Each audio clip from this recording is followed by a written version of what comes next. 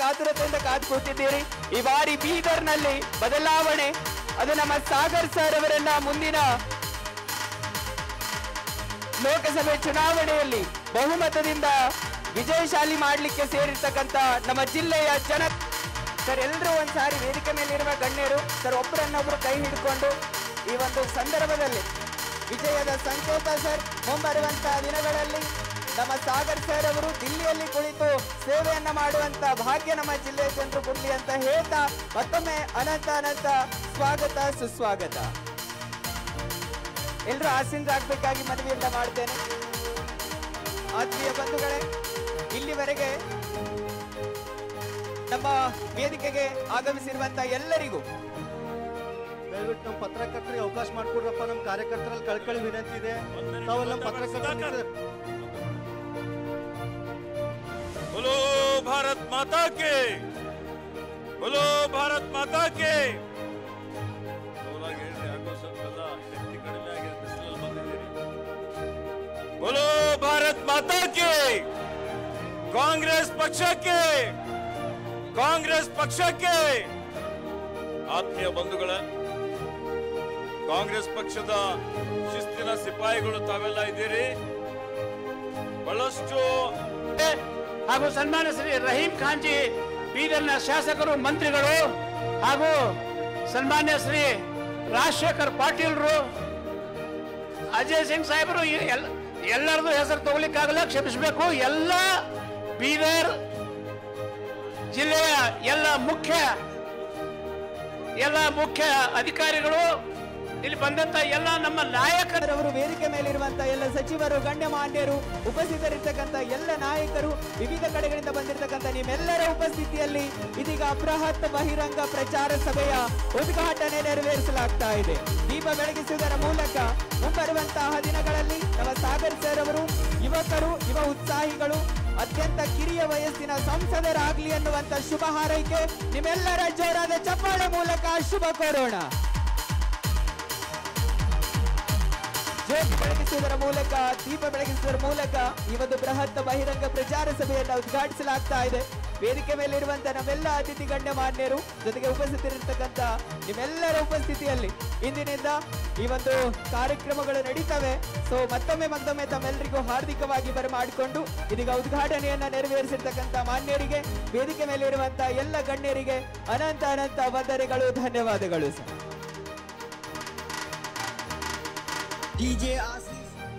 ಇಲ್ಲಿವರೆಗೆ ತಾವೆಲ್ಲರೂ ಅತ್ಯಂತ ಉತ್ಸಾಹದೊಂದಿಗೆ ಸರ್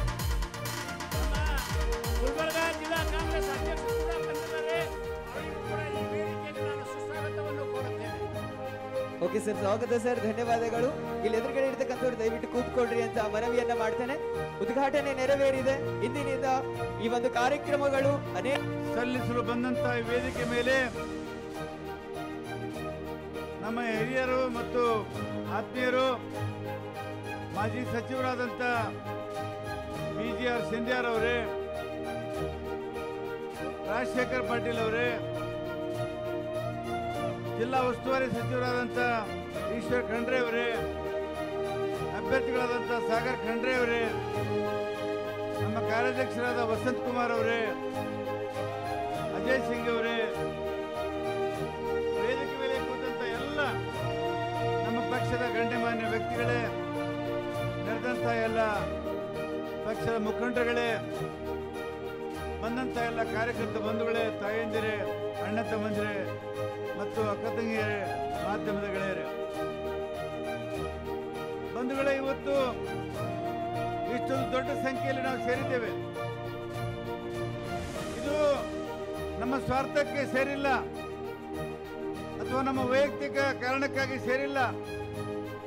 ಈ ದೇಶವನ್ನು ಉಳಿಸಬೇಕು, ಈ ದೇಶದ ಪ್ರಜಾಪ್ರಭುತ್ವ ಉಳಿಬೇಕು, ಈ ದೇಶದ ಸಂವಿಧಾನ ಉಳಿಬೇಕು ಮತ್ತು ಈ ದೇಶದಲ್ಲಿ ಎಲ್ಲ ಜಾತಿ, ಎಲ್ಲ ಧರ್ಮ, ಎಲ್ಲರೂ ನಾವು ಪ್ರೀತಿ ವಿಶ್ವಾಸದಿಂದ ಬದುಕಬೇಕು ಅಂತ ದೇಶ ಬಚಾವ್ ಕಾರ್ಯಕ್ರಮದಲ್ಲಿ ನಾವೆಲ್ಲ ಇವತ್ತು ಸೇರಿದ್ದೇವೆ. ಬಂಧುಗಳು, ಇವತ್ತು ಅನೇಕ ವಿಷಯಗಳು ಮಾತನಾಡೋದಿದೆ. ಅನೇಕ ಜನ ಮಾತಾಡೋರು ಕೂಡ ಇದ್ದಾರೆ. ನಾನು ಹೆಚ್ಚಿಗೆ ಮಾತಾಡೋಕ್ಕೆ ಹೋಗೋದಿಲ್ಲ. ಇವತ್ತೇನು ಮೋದಿ ನಮ್ಮ ದೇಶದ ಪ್ರಧಾನಮಂತ್ರಿಗಳು ಬಡವರಿಗೋಸ್ಕರ ಕಣ್ಣೀರು ಸುರಿಸ್ತಾರೆ, ಬಹಳ ದೊಡ್ಡ ದೊಡ್ಡ ಮಾತುಗಳು ಹೇಳ್ತಾರೆ. ಆದರೆ ಮುಖ್ಯಮಂತ್ರಿ ಮಾನ್ಯ ಪ್ರಧಾನಮಂತ್ರಿ ಮೋದಿ ಅವರು ಎಷ್ಟು ಬಡವರ ವಿರೋಧಿ, ರೈತ ವಿರೋಧಿ ಮತ್ತು ಕಾರ್ಮಿಕ ವಿರೋಧಿ, ಮಹಿಳಾ ವಿರೋಧಿ ಅನ್ನೋದನ್ನ ನಾವೆಲ್ಲ ಅರ್ಥ ಮಾಡ್ಕೋಬೇಕಾಗಿದೆ.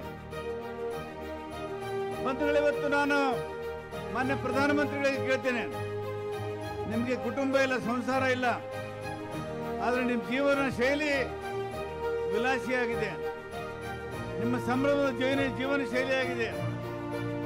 ಇವತ್ತು ಇಂಥ ಬಡ ದೇಶಕ್ಕೆ ಇಂಥ ದುಬಾರಿ ಪ್ರಧಾನಮಂತ್ರಿ ನಮಗೆ ಬೇಕಾಗಿತ್ತ? ಇವತ್ತು ಯಾರು ದುಡ್ಡನ್ನು ಖರ್ಚು ಮಾಡ್ತಾ ಇದ್ದೀರಿ? ಪ್ರಧಾನಮಂತ್ರಿ ಮೋದಿ ಅವರು ಪಾರ್ಲಿಮೆಂಟ್ ಹೌಸ್ ಕಟ್ಟಿದ್ರು ನಮ್ಮ ದೇಶದಲ್ಲಿ, ದೆಹಲಿಯಲ್ಲಿ. ಪಾರ್ಲಿಮೆಂಟ್ ಹೌಸ್ ಇನ್ನೂ ಗಟ್ಟಿಯಾಗಿದೆ, ಸುಂದರವಾಗಿದೆ, ಭವ್ಯವಾಗಿದೆ. ಅದಕ್ಕೆ 500 ಕೋಟಿ ರೂಪಾಯಿ ಖರ್ಚು ಮಾಡಿದ್ರು. ಇದು ಬೇಕಾಗಿತ್ತ? ಅದೇ ತರ ಇವತ್ತು ಅವರಿಗೆ ಓಡಾಡೋದಕ್ಕೆ ವಿಮಾನಗಳನ್ನು ಖರೀದಿ ಮಾಡಿದ್ರು. 17,000 ಕೋಟಿ ರೂಪಾಯಿ ಖರ್ಚು ಮಾಡಿ ವಿಮಾನಗಳನ್ನು ಖರೀದಿ ಮಾಡಿದ್ರು. ಯಾಕೆ ಈ ಬಡ ದೇಶದಲ್ಲಿ ಇಷ್ಟೊಂದು ದೊಡ್ಡ ಪ್ರಮಾಣದ ದುಡ್ಡು ಖರ್ಚು ಮಾಡಿ ವಿಮಾನ ಖರೀದಿ ಮಾಡುವಂತ ಅವಶ್ಯಕತೆ ಇತ್ತ? ಆಮೇಲೆ ಅವರು ಮತ್ತೆ 6 ಕಾರ್ಗಳನ್ನು ಖರೀದಿ ಮಾಡಿದ್ರು, ಹೊಸ 6 ಕಾರ್ಗಳು. 72 ಕೋಟಿ ರೂಪಾಯಿ ಖರ್ಚಾಯಿತು. ಯಾಕೆ ನೆಹರು ಅವರು ದೇಶದಲ್ಲಿ 18 ವರ್ಷ ಆಳ್ವಿಕೆ ಮಾಡಿಲ್ಲ, ಇಂದಿರಾ ಗಾಂಧಿ ಅವರು ಮಾಡಿಲ್ವಾ, ಚೌಧರಿ ಚರಣ್ ಸಿಂಗ್ ಅವರು ಮಾಡಿಲ್ಲ, ಚಂದ್ರಶೇಖರ್ ಅವರು ಮಾಡಿಲ್ಲ, ಮನಮೋಹನ್ ಸಿಂಗ್ ಅವರು, ನರಸಿಂಹರಾವ್ ಅವರು, ಅನೇಕ ಜನ ಪ್ರಧಾನಮಂತ್ರಿ, ವಾಜಪೇಯಿ ಹಿಡ್ಕೊಂಡು ಎಲ್ಲರೂ ಪ್ರಧಾನಮಂತ್ರಿಗಳಾಗಿದ್ರು. ಆದರೆ ಈ ದೇಶದ ಬಡ ಜನರಿಗೆ ಅವರು ಸಭ್ಯರಾಗಿ ನಡ್ಕೊಂಡ್ರು. ಅದೇ ಥರ ಇವತ್ತು ಈ ದೇಶದಲ್ಲಿ ಅನೇಕ ದುಂದು ವೆಚ್ಚಗಳನ್ನು ಮಾಡಿ ಈ ದೇಶವನ್ನು ದಿವಾಳಿ ತರುವಂಥ ಕೆಲಸವನ್ನು ಮಾಡ್ತಾ ಇದ್ದಾರೆ. ಹಾಗಾಗಿ ಬಂಧುಗಳೇ, ಇವತ್ತು ನಾವು ದೇಶದ ಭವಿಷ್ಯವನ್ನು ಬರಬೇಕಾಗಿದೆ. ಈ ದೇಶದಲ್ಲಿ ಮುಂದೆ ಪ್ರಜಾಪ್ರಭುತ್ವ ಇರಬೇಕು, ಈ ದೇಶದಲ್ಲಿ ಸಂವಿಧಾನ ಇರಬೇಕು, ಈ ದೇಶದಲ್ಲಿ ಬಡವರಿಗೆ ನ್ಯಾಯ ಸಿಗಬೇಕು, ನಿರುದ್ಯೋಗಿಗಳಿಗೆ ಕೆಲಸ ಸಿಗಬೇಕು. ಇಂಥ ಅನೇಕ ಮಹತ್ವ ಕಾರ್ಯಗಳನ್ನು ಮಾಡುವಂಥ ಕೆಲಸವನ್ನು ಇವತ್ತು ನಾವು ಮಾಡಲಿಕ್ಕೆ ಹೊರಟಿದ್ದೇವೆ. ಬಂಧುಗಳೇ, ಇವತ್ತು ನಾವು ಹಿಂದೆ ವಿಧಾನಸಭಾ ಚುನಾವಣೆಯಲ್ಲಿ ನಾವು 5 ಗ್ಯಾರಂಟಿಗಳನ್ನು ಕೊಟ್ಟಿದ್ದೇವೆ. ಆ 5 ಗ್ಯಾರಂಟಿಗಳನ್ನು ನಾವು ಪ್ರಾಮಾಣಿಕವಾಗಿ ಅನುಷ್ಠಾನಕ್ಕೆ ತಂದು ಜನರಿಗೆ ತಲುಪಿಸಿದ್ದೇವೆ. ಅದೇ ಥರ ಇವತ್ತು ಮತ್ತೆ ನಾವು ನಿಮ್ಮ ಎದುರುಗಡೆ ಬರ್ತಾ ಇದ್ದೇವೆ. ನಾವು ಖಾಲಿ ಕೈಯಲ್ಲಿ ಬರ್ತಾ ಇಲ್ಲ. ನಮ್ಮದು ಉದ್ರಿ ಸರ್ಕಾರ ಅಲ್ಲ, ನಮ್ಮದು ನಗದಿ ಸರ್ಕಾರ. ನಾವು ಏನು ಹೇಳ್ತೀವೋ ಅದನ್ನು ಮಾಡ್ತೀವಿ. ಇವತ್ತು ಮತ್ತೆ ಪಂಚ ನ್ಯಾಯವನ್ನು ಹೇಳಲಿಕ್ಕೆ ಬರ್ತಾ ಇದ್ದೀವಿ. ಪಂಚ ನ್ಯಾಯವನ್ನು ತಗೊಂಡು ಈ ಪಂಚನ್ಯಾಯದಲ್ಲಿ ಬಹಳ ಪ್ರಮುಖವಾದಂಥದ್ದು ರೈತರ ಸಾಲ ಮನ್ನಾ. ಇವತ್ತು ಕಾಂಗ್ರೆಸ್ ಪಕ್ಷ, ರಾಹುಲ್ ಗಾಂಧಿ ಅವರ ಪಕ್ಷ, ಮಲ್ಲಿಕಾರ್ಜುನ ಖರ್ಗೆ ಅವರ ಅಧ್ಯಕ್ಷತೆಯಿರುವಂಥ ಪಕ್ಷ ಇವತ್ತು ಮತ್ತೆ ಮಾತು ಕೊಡ್ತಾ ಇದ್ದೀವಿ. ನಾವು ಮುಂದೆ ಬರ್ತಕ್ಕಂಥ ದಿನಗಳಲ್ಲಿ ರೈತರ ಸಾಲವನ್ನು ಮನ್ನಾ ಮಾಡ್ತೇವೆ ಮತ್ತು ನಮ್ಮ ಬೆಳೆಗಳಿಗೆ ಯೋಗ್ಯವಾದ ಬೆಲೆಯನ್ನು ಕೊಡ್ತೇವೆ, MSPಯನ್ನು ಕೊಡ್ತೀವಿ ಅನ್ನುವಂಥ ಮಾತನ್ನು ನಾವು ವಚನವನ್ನು ಕೊಟ್ಟಿದ್ದೇವೆ. ಅದೇ ಥರ ಇವತ್ತು ಮಹಿಳೆಯರಿಗೆ ಪ್ರತಿ ವರ್ಷ 1 ಲಕ್ಷ ರೂಪಾಯಿ ಅಂದರೆ ತಿಂಗಳಿಗೆ 8,500 ರೂಪಾಯಿ ಕೊಡುವಂಥ ಕೆಲಸವನ್ನು ಇವತ್ತು ಮಾಡಿದೀವಿ ಅಂತ ಮಾತನ್ನು ಹೇಳ್ತಾ ಇದ್ದೀವಿ. ಅದಲ್ಲದೆ 25 ಲಕ್ಷ ರೂಪಾಯಿ ಯಾವುದೇ ಬಡ ಕುಟುಂಬಕ್ಕೆ ಆಸ್ಪತ್ರೆಗೆ ಹೋಗ್ಲಿಕ್ಕಾಗೋದಿಲ್ಲ, ಅವರಿಗೆ ಖರ್ಚಿಗೆ ದುಡ್ಡು ಇರೋದಿಲ್ಲ, ಅಂಥವ್ರಿಗೆ ಇನ್ಶೂರೆನ್ಸ್ ಅನ್ನ ಕವರ್ ಮಾಡೋದಕ್ಕೆ 25 ಲಕ್ಷ ರೂಪಾಯಿವರೆಗೂ ಖರ್ಚು ಮಾಡೋಕ್ಕೆ ಇವತ್ತು ನಾವು ತಯಾರಾಗಿ ಬಂದಿದ್ದೇವೆ. ಹೀಗೆ ಹಲವಾರು ಕಾಮಗಾರಿಗಳಂತೂ ಮಾಡಿ ಈ ದೇಶವನ್ನು ಪುನಃ ಕಟ್ಟಬೇಕು. ಈ ದೇಶದಲ್ಲಿ ರೈತರು, ಬಡವರು, ಕೂಲಿಕಾರರು ಎಲ್ಲರೂ ಕೂಡ ಜೀವಂತವಾಗಿರಬೇಕು. ಮತ್ತು ಕೂಲಿಕಾರರು ಏನು ಪ್ರಧಾನಮಂತ್ರಿ ಉದ್ಯೋಗ ಖಾತ್ರಿ, ಮಹಾತ್ಮ ಗಾಂಧಿ ಉದ್ಯೋಗ ಖಾತ್ರಿ ಯೋಜನೆ ಅಡಿಯಲ್ಲಿ ಪ್ರತಿ ದಿವಸ ಪ್ರತಿಯೊಬ್ಬರಿಗೂ ಕೂಡ 400 ರೂಪಾಯಿ ಸಿಗುವಂತೆ ಯೋಜನೆಯನ್ನು ಹಾಕೊಂಡು ಇವತ್ತು ನಾವು ಬಂದಿದ್ದೇವೆ. ಇಂಥ ಹಲವಾರು ಜನಪರ ಕಾರ್ಯಕ್ರಮಗಳನ್ನು ಹಚ್ಕೊಂಡು ಬಂದಿದ್ದೇವೆ. ನಾವು ಈ ಸಂದರ್ಭದಲ್ಲಿ ತಾವೆಲ್ಲ ಇಲ್ಲಿ ಸೇರಿದ್ದೀರಿ. ಇವತ್ತು ಸರ್ಕಾರಿ ಉದ್ಯೋಗದಲ್ಲಿ 30 ಲಕ್ಷ ಜನರಿಗೆ ಉದ್ಯೋಗ ಕೊಡುವಂಥ ಕೆಲಸವನ್ನು ಮಾಡ್ತೀವಿ ಅಂತ ಹೊರಟಿದ್ದೇವೆ. ಅದೇ ಥರ ಪ್ರತಿ ವರ್ಷ ಯುವಕರಿಗೆ 1 ಲಕ್ಷ ರೂಪಾಯಿ ವಿದ್ಯಾವಂತರಿಗೆ ಕೊಡುವಂಥ ಕೆಲಸವನ್ನು ಮಾಡ್ತಾ ಇದ್ದೇವೆ. ಹೀಗೆ ಸಾಕಷ್ಟು ಜನಪರ ಕಾರ್ಯಕ್ರಮಗಳನ್ನು ಹಾಕಿಕೊಂಡು ಇವತ್ತು ನಾವು ಇಲ್ಲಿ ಬಂದಿದ್ದೇವೆ. ಸರ್ಕಾರಿ ನೌಕರಿಯಲ್ಲಿ, MSPಯಲ್ಲಿ ಮತ್ತು ನಾರಿ ನ್ಯಾಯದಲ್ಲಿ, ಬೆಲೆ ನಿಯಂತ್ರಣದಲ್ಲಿ ಹಾಗೂ ಆರೋಗ್ಯ ಕ್ಷೇತ್ರದಲ್ಲಿ ರೈತರವರಿಗೆ ಜಾಗತಿಕ ಜನಗಣನ ಮಾಡೋದ್ರೊಂದಿಗೆ ಈ ದೇಶದಲ್ಲಿ ಮತ್ತೆ ಒಂದು ಹೊಸ ಸರ್ಕಾರವನ್ನು ಕಟ್ಟಲಿಕ್ಕೆ ನಾವು ಬಂದಿದ್ದೇವೆ. ನೀವೆಲ್ಲರೂ ನಮಗೆ ಈ ಸಾಗರ್ ಖಂಡ್ರೆ ಅವರಿಗೆ ನೀವೆಲ್ಲರೂ ಆಶೀರ್ವಾದ ಮಾಡಿ ಅವರಿಗೆ ಗೆಲ್ಲಿಸಿ ಪಾರ್ಲಿಮೆಂಟ್ಗೆ ಕಳಿಸೋಣ. ಈ ದೇಶದಲ್ಲಿ ಮತ್ತೊಂದು ಪ್ರಜಾಪ್ರಭುತ್ವ ಉಳಿಸೋಣ ಅನ್ನುವಂಥ ಮಾತನ್ನು ಹೇಳ್ತಾ ನನ್ನ ಮಾತಿಗೆ ವಿರಾಮ ಕೊಡ್ತೀನಿ. ಜೈ ಹಿಂದ್, ಜೈ ಕರ್ನಾಟಕ. ಈ ಒಂದು ಸಭೆಯಲ್ಲಿ ಭಾಗವಹಿಸಿರುವಂಥ ರಾಜ್ಯದ ಹಿರಿಯ ಸಚಿವರಾದಂಥ PGR ಸಂದೇಶ್ ಅವರು, ವೇದಿಕೆ ಮೇಲೆ ಆಸೀನರಾಗಿರುವಂಥ ನಮ್ಮ ನಿಮ್ಮೆಲ್ಲರ ನೆಚ್ಚಿನ ನಾಯಕರು, ಜಿಲ್ಲಾ ಉಸ್ತುವಾರಿ ಸಚಿವರು, ಹಿರಿಯರಾದಂಥ ಸನ್ಮಾನ್ಯ ಶ್ರೀ ಈಶ್ವರ್ ಖಂಡ್ರೆಜಿ ಅವರೇ, ರಾಜಶೇಖರ್ ಪಾಟೀಲ್ಜಿ ಅವರೇ, ಅಜಿಮ್ ಸಿಂಗ್ ಅವರೇ, ರಹೀಂ ಖಾನ್ ಅವರೇ ಮತ್ತು ವೇದಿಕೆ ಮೇಲೆ ಬಹಳಷ್ಟು ಜನ ಪಕ್ಷದ ಹಿರಿಯ ಮುಖಂಡರು ಆಸೀನರಾಗಿದ್ದಾರೆ. ಎಲ್ಲರಿಗೂ ಕೂಡ ನಾನು ವಂದನೆಗಳನ್ನು ಸಲ್ಲಿಸ್ತಾ ಇಲ್ಲಿ ಸೇರಿರುವಂಥ ಸಮಸ್ತ ಬೀದರ್ ಲೋಕಸಭಾ ಕ್ಷೇತ್ರದ ಮತದಾರ ಬಂಧುಗಳೇ, ಈಗಾಗಲೇ ತಮ್ಮನ್ನು ಉದ್ದೇಶಿಸಿ ಮಾತನಾಡಿರುವಂಥ ನಮ್ಮ ಹಿರಿಯರು ಸಂಕ್ಷಿಪ್ತವಾಗಿ ಈ ಒಂದು ಚುನಾವಣೆ ಹಿನ್ನೆಲೆಯಲ್ಲಿ ಕೆಲವು ವಿಷಯಗಳನ್ನು ತಮ್ಮ ಮುಂದಿಟ್ಟಿದ್ದಾರೆ. 2024ರ ಈ ಲೋಕಸಭಾ ಚುನಾವಣೆಗಳು ಬಹಳ ಮಹತ್ತರವಾದಂಥ ಚುನಾವಣೆಗಳು. ಪ್ರತಿಯೊಬ್ಬ ಮತದಾರರು ಗಂಭೀರವಾಗಿ ಆಲೋಚನೆ ಮಾಡಿ ಮತ ನೀಡುವಂಥ ಒಂದು ದೊಡ್ಡ ಜವಾಬ್ದಾರಿ ನಿಭಾಯಿಸಬೇಕಾದಂಥ ಚುನಾವಣೆ ಇದು. ಈ ಮಾತನ್ನು ಯಾಕೆ ಹೇಳ್ತಾ ಇದ್ದೀನಿ ಅಂತಂದರೆ, ಕಳೆದ 10 ವರ್ಷದ ಅವಧಿಯಲ್ಲಿ ಈ ದೇಶದಲ್ಲಿ ಅಧಿಕಾರ ನಡೆಸಿರುವಂಥ, ಆಡಳಿತ ಚುಕ್ಕಾಣಿಯನ್ನು ನಡೆದಿರುವಂಥ BJP ಮತ್ತು ನರೇಂದ್ರ ಮೋದಿಯವರು ಏನೆಲ್ಲ ಅವಾಂತರಗಳನ್ನು ಈ ದೇಶದಲ್ಲಿ ಮಾಡಿದರು, ಏನೆಲ್ಲ ನಾಟಕಗಳನ್ನು ಮಾಡಿದರು, ಯಾವ ರೀತಿ ಜನರನ್ನು ಬಣ್ಣದ ಮಾತುಗಳಿಂದ, ಸುಳ್ಳು ಘೋಷಣೆಗಳಿಂದ, ಸುಳ್ಳು ಭರವಸೆಗಳಿಂದ ಮೋಸ ಮಾಡಿ ಅವರ ಮತವನ್ನು ಪಡೆದು ಅಧಿಕಾರದಲ್ಲಿ ಇದ್ದುಕೊಂಡು ಇವತ್ತು ದೇಶದ ಪರಿಸ್ಥಿತಿ ತೀರಾ ಹದಗೆಟ್ಟುವಂಥ ರೀತಿಯಲ್ಲಿ ಆಡಳಿತವನ್ನು ನಡೆಸುತ್ತಿರುವುದನ್ನು ನಾವು ನೋಡಿದ್ದೀವಿ. ಬಂಧುಗಳೇ, ತಮಗೆಲ್ಲ ಗೊತ್ತಿದೆ, ಅವರು ಅಧಿಕಾರಕ್ಕೆ ಬರುವ ಮುಂಚೆ ಚುನಾವಣೆಯ ಸಂದರ್ಭದಲ್ಲಿ ಬಹಳಷ್ಟು ಭರವಸೆಗಳನ್ನು ನೀಡಿದರು. ಆ ಭರವಸೆಗಳು ಯಾವುವಂದ್ರೆ 15 ಲಕ್ಷ ಪ್ರತಿಯೊಬ್ಬರಿಗೆ ಅಕೌಂಟ್ಗೆ ಹಾಕ್ತೀವಿ, ಪ್ರತಿ ವರ್ಷ ನಿರುದ್ಯೋಗಿ ಯುವಕರಿಗೆ 2 ಕೋಟಿ ಉದ್ಯೋಗಗಳನ್ನು ಕೊಡ್ತೀವಿ, ರೈತರ ಏನು ಆದಾಯವನ್ನು ದುಪ್ಪಟ್ಟು ಮಾಡ್ತೀವಿ ಅಂತೇಳಿ, ಬೆಲೆ ಏರಿಕೆಯನ್ನು ನಿಯಂತ್ರಣ ಮಾಡ್ತೀವಿ ಅಂತೇಳಿ. ಅದಕ್ಕೆ ಇವೆಲ್ಲ ಬಣ್ಣದ ಮಾತುಗಳಿಗೆ, ಈ ಭರವಸೆಗಳಿಗೆ ರೈತರು ಮೋಸ ಹೋದರು, ಯುವಕರು ಮೋಸ ಹೋದರು, ಜನಸಾಮಾನ್ಯರು ಮೋಸ ಹೋಗಿ ಮೋದಿಯನ್ನು ನಂಬಿ ಅವರ ಬಣ್ಣದ ಮಾತುಗಳಿಗೆ ತಲೆಬಾಗಿಸಿ ಅವರಿಗೆ ವೋಟ್ ನೀಡಿ ಅವರಿಗೆ ಅಧಿಕಾರ ಪಡೆದುಕೊಂಡಂತ ನರೇಂದ್ರ ಮೋದಿ ಪ್ರಧಾನಮಂತ್ರಿ ಆದ ನಂತರ ಈ ಯಾವ ಭರವಸೆಗಳ ಬಗ್ಗೆ, ಘೋಷಣೆಗಳ ಬಗ್ಗೆ ಕಿಂಚತ್ತು ಕೂಡ ಒಂದು ಮಾತು ಆಡಲಾರದೆ ಮೌನ ವಹಿಸಿದರು. ಸಂಸತ್ತಿನಲ್ಲಿ ನಮ್ಮ ವಿರೋಧ ಪಕ್ಷದ ನಾಯಕರು ಪ್ರಶ್ನೆ ಮಾಡಿದರು, ಏನಾಯ್ತು ನಿಮ್ಮ ಭರವಸೆಗಳು, ಏನಾಯ್ತು 15 ಲಕ್ಷ ನಿರುದ್ಯೋಗ ಯುವಕರ ಉದ್ಯೋಗ ಏನಾಯ್ತು ಅಂತ ಹೇಳಿದ್ರೆ, ಅವೆಲ್ಲ ಚುನಾವಣೆ ಭಾಷಣಗಳು, ಅದೆಲ್ಲ ಈಡೇರಿಸಕ್ಕೆ ಆಗೋದಿಲ್ಲ ಎನ್ನುವಂತ ಜಾರಿಗೆ ಉತ್ತರವನ್ನು ನೀಡಿ ಜನರನ್ನ ಮೋಸ ಮಾಡಿರುವಂತಹದ್ದು ಬಹಳ ಸ್ಪಷ್ಟವಾಗಿ ಸಾಬೀತಾಗಿದೆ ಅನ್ನುವಂಥ ಮಾತನ್ನ ಈ ಸಂದರ್ಭದಲ್ಲಿ ಬಂಧುಗಳೇ, ಒಂದನೇ ಚುನಾವಣೆಯನ್ನು ಆ ರೀತಿಯಾಗಿ ಮುಂದುವರಿಸಿ 2ನೇ ಚುನಾವಣೆಯಲ್ಲಿ ಈ ದೇಶದ ಜನರ ಭಾವನೆಗಳನ್ನು ಒಡೆದು ಮೈನಾರಿಟಿ ಮೆಜಾರಿಟಿ ಹೆಸರಿನಲ್ಲಿ ಈ ದೇಶದ ಏನು ಒಂದು ಘಟನೆಯನ್ನು ಪುಲ್ವಾಮಾ ಘಟನೆ ಹಿನ್ನೆಲೆಯಲ್ಲಿ ಪಾಕಿಸ್ತಾನದ ಮೇಲೆ ಏನು ಸರ್ಜಿಕಲ್ ಸ್ಟ್ರೈಕ್ ಅನ್ನು ಮಾಡಿ ಈ ಜನರ ಭಾವನೆಗಳನ್ನ ಹೊಡೆದು ಹಿಂದೂ ಮುಸ್ಲಿಂ ಎನ್ನುವ ರೀತಿಯಲ್ಲಿ ಅವರನ್ನು ಮೆಜಾರಿಟಿ ಮೈನಾರಿಟಿ ಅಂತ ವಿಂಗಡಿಸಿ ಅವರ ಮತಗಳನ್ನು ಪಡೆದು 2ನೇ ಅವಧಿಗೆ ಅಧಿಕಾರವನ್ನು ಪಡೆದಂಥ ಮೋದಿ ಸಂಪೂರ್ಣವಾಗಿ ಈ ದೇಶದ ಆರ್ಥಿಕ ಪರಿಸ್ಥಿತಿಯನ್ನು, ಈ ದೇಶದ ನಾಗರಿಕರ ಪರಿಸ್ಥಿತಿಯನ್ನು, ಶ್ರೀಸಾಮಾನ್ಯರ ಪರಿಸ್ಥಿತಿಯನ್ನು ಅಧೋಗತಿಯಾಗಿ ನಡೆಸಿಕೊಂಡು ಹೋಗುತ್ತಿರುವುದು ಈಗ ನಮ್ಮ ಮುಂದೆ ಸ್ಪಷ್ಟವಾಗಿ ಇವತ್ತು ಕಾಣ್ತಾ ಇದೆ. ಇಂಥ ಮೋದಿ ಸರ್ಕಾರ, ಇಂಥ BJP ಸರ್ಕಾರ ಮತ್ತೆ ಅಧಿಕಾರಕ್ಕೆ ಬರಬಾರದು, ಮತ್ತೆ ಇವರು ಗೆಲುವು ಸಾಧಿಸಬಾರದು ಎನ್ನುವಂತಿದ್ರೆ ಕಾಂಗ್ರೆಸ್ ಪಕ್ಷ ಈ ಚುನಾವಣೆಯನ್ನ ಬಹಳ ಸವಾಲಾಗಿ ಸ್ವೀಕರಿಸಬೇಕು.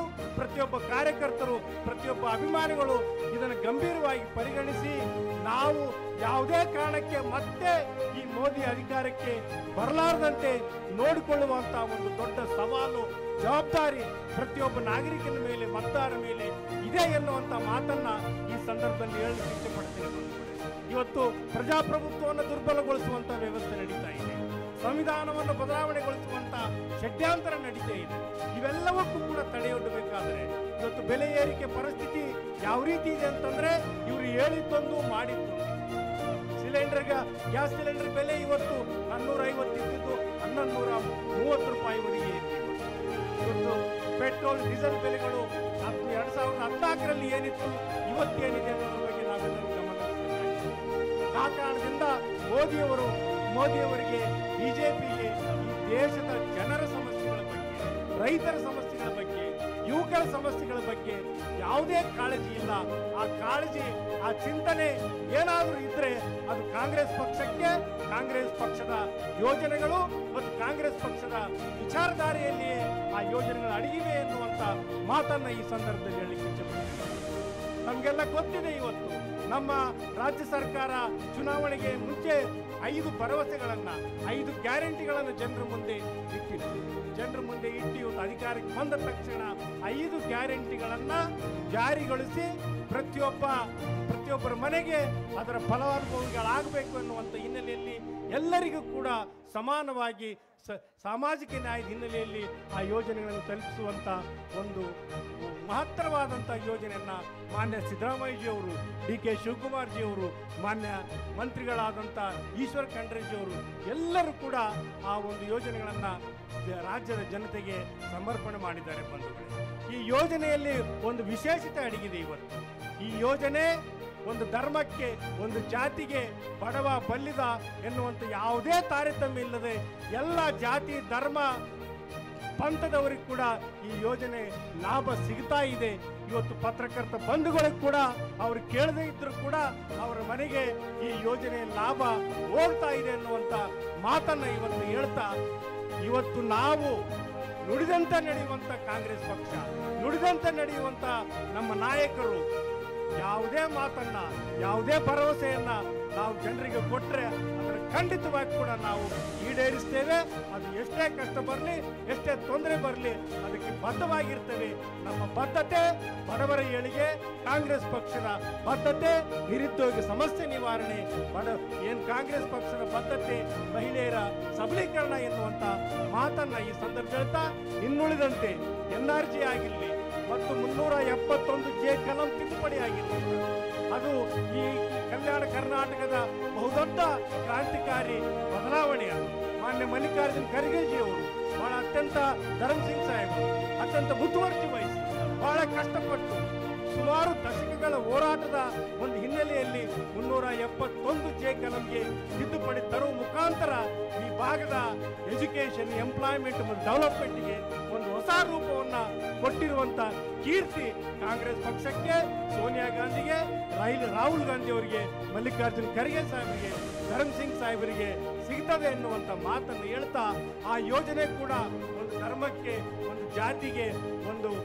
ಪಂಥಕ್ಕೆ ಸೇರುವಂಥದ್ದಲ್ಲ, ಎಲ್ಲ ಜಾತಿ ಜನಾಂಗದ ವ್ಯಕ್ತಿಗಳಿಗೆ ಈ ಯೋಜನೆ ಲಾಭ ಸಿಗ್ತದೆ ಎನ್ನುವಂಥ ಮಾತನ್ನು ಹೇಳ್ತಾ, ತಾವು ಈ ಚುನಾವಣೆಯಲ್ಲಿ ನಮ್ಮೆಲ್ಲ ಸಾಧನೆ ಹಿನ್ನೆಲೆಯಲ್ಲಿ, ನಾವು ಕೊಟ್ಟಿರುವಂಥ ಯೋಜನೆಗಳ ಹಿನ್ನೆಲೆಯಲ್ಲಿ ಮತ್ತು ಏನು ಮೋದಿಯವರು ಹೇಳಿರುವಂಥ ಸುಳ್ಳು ಬಣ್ಣದ ಮಾತುಗಳಿಗೆ ಮಾರು ಹೋಗಿದೆ ಕಾಂಗ್ರೆಸ್ ಪಕ್ಷವನ್ನು ಬೆಂಬಲಿಸಬೇಕು. ಕಾಂಗ್ರೆಸ್ ಪಕ್ಷದ ತಮ್ಮ ಅಮೂಲ್ಯವಾದ ಮತವನ್ನು ಹಸ್ತದ ಗುರುತಿಗೆ ಹಾಕುವ ಮುಖಾಂತರ ನಮ್ಮ ಯುವ ಮುಖಂಡ ಸಾಗರ್ ಖಂಡ್ರೆ ಅವರು ಈಗ ತಾನೇ ರಾಜಕೀಯ ಕ್ಷೇತ್ರದಲ್ಲಿ ಕಾಲಿಟ್ಟಿದ್ದಾರೆ. ತಮ್ಮೆಲ್ಲರ ಆಶೀರ್ವಾದ ನಮ್ಮ ಯುವಕ ಮಿತ್ರ ಸಾಗರ್ ಖಂಡ್ರೆ ಅವರ ಮೇಲೆ ಇರಲಿ. ನಿಮ್ಮ ಮನೆ ಮಗನಾಗಿ ಆತನಿಗೆ ಆಶೀರ್ವಾದ ಮಾಡಿ ನಿಮ್ಮ ಧ್ವನಿಯಾಗಿ ಸಂಸತ್ತಿನಲ್ಲಿ ಅವರು ಪ್ರವೇಶ ಮಾಡಬೇಕು.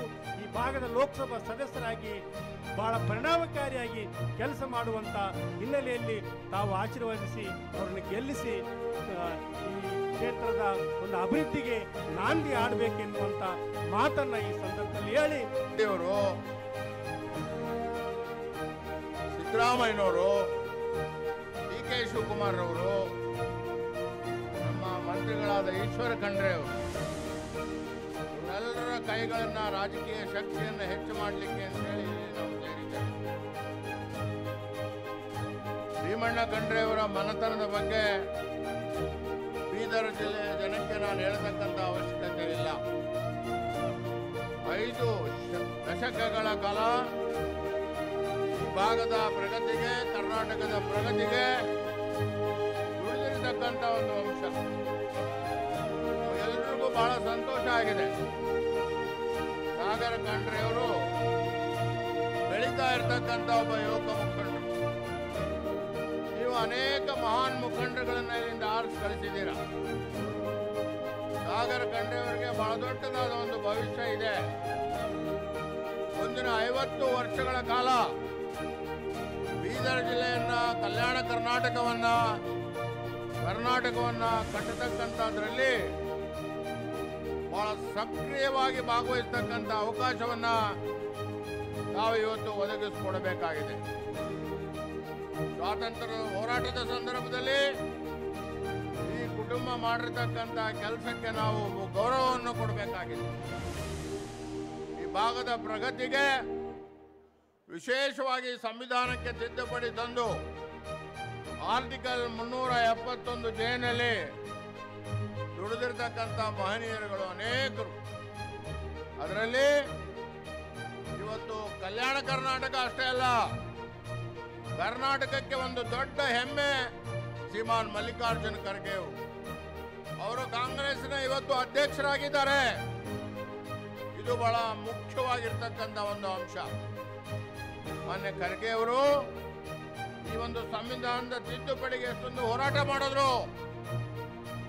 ಅವರು ಕೇಂದ್ರದಲ್ಲಿ ಮಂತ್ರಿಗಳಾಗಿದ್ದಂತ ಮಾಡಿರ್ತಕ್ಕಂಥ ಕೆಲಸಗಳು ಅಪಾರವಾದದ್ದು ಅಂತ ಈ ಜನಸ್ತೋಮಕ್ಕೆ ಗೊತ್ತಿದೆ. ಇದರ ಜೊತೆಗೆ ಮಾನ್ಯ ಧರಮ್ ಸಿಂಗ್ ಅವರು, ನೀವೆಲ್ಲರೂ ಬಹಳ ಪ್ರೀತಿಯಿಂದ ಅವ್ರನ್ನ ಈ ಲೋಕಸಭಾ ಕ್ಷೇತ್ರದ ಪ್ರತಿನಿಧಿಯನ್ನಾಗಿ ಮಾಡಿದ್ರು. ಮಾನ್ಯ ಧರಮ್ ಸಿಂಗ್ ಅವರು ಹಗಲು ರಾತ್ರಿ ದುಡಿದು ಪಕ್ಷವನ್ನು ಕಟ್ಟಿದ್ದಾರೆ. ಲಕ್ಷಾಂತರ ಕಾರ್ಯಕರ್ತರು ಇದಕ್ಕೋಸ್ಕರ ನೀವು ದುಡಿದಿದ್ದೀರಾ.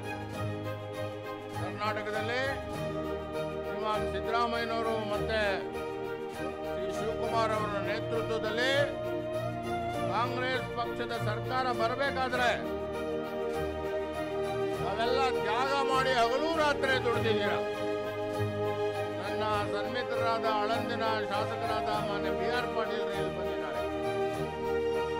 ಮತ್ತೊಬ್ಬ ಶಾಸಕ ಮಿತ್ರರಾದ ಪ್ರಭು ಪಾಟೀಲ್ ಇಲ್ಲಿ ಬಂದಿದ್ದಾರೆ. ರಾಜಶೇಖರ್ ಪಾಟೀಲರು ಮಾಜಿ ಮಂತ್ರಿಗಳಿದ್ದಾರೆ. ನಮ್ಮ ಕಾರ್ಯಾಧ್ಯಕ್ಷರು ಇದ್ದಾರೆ.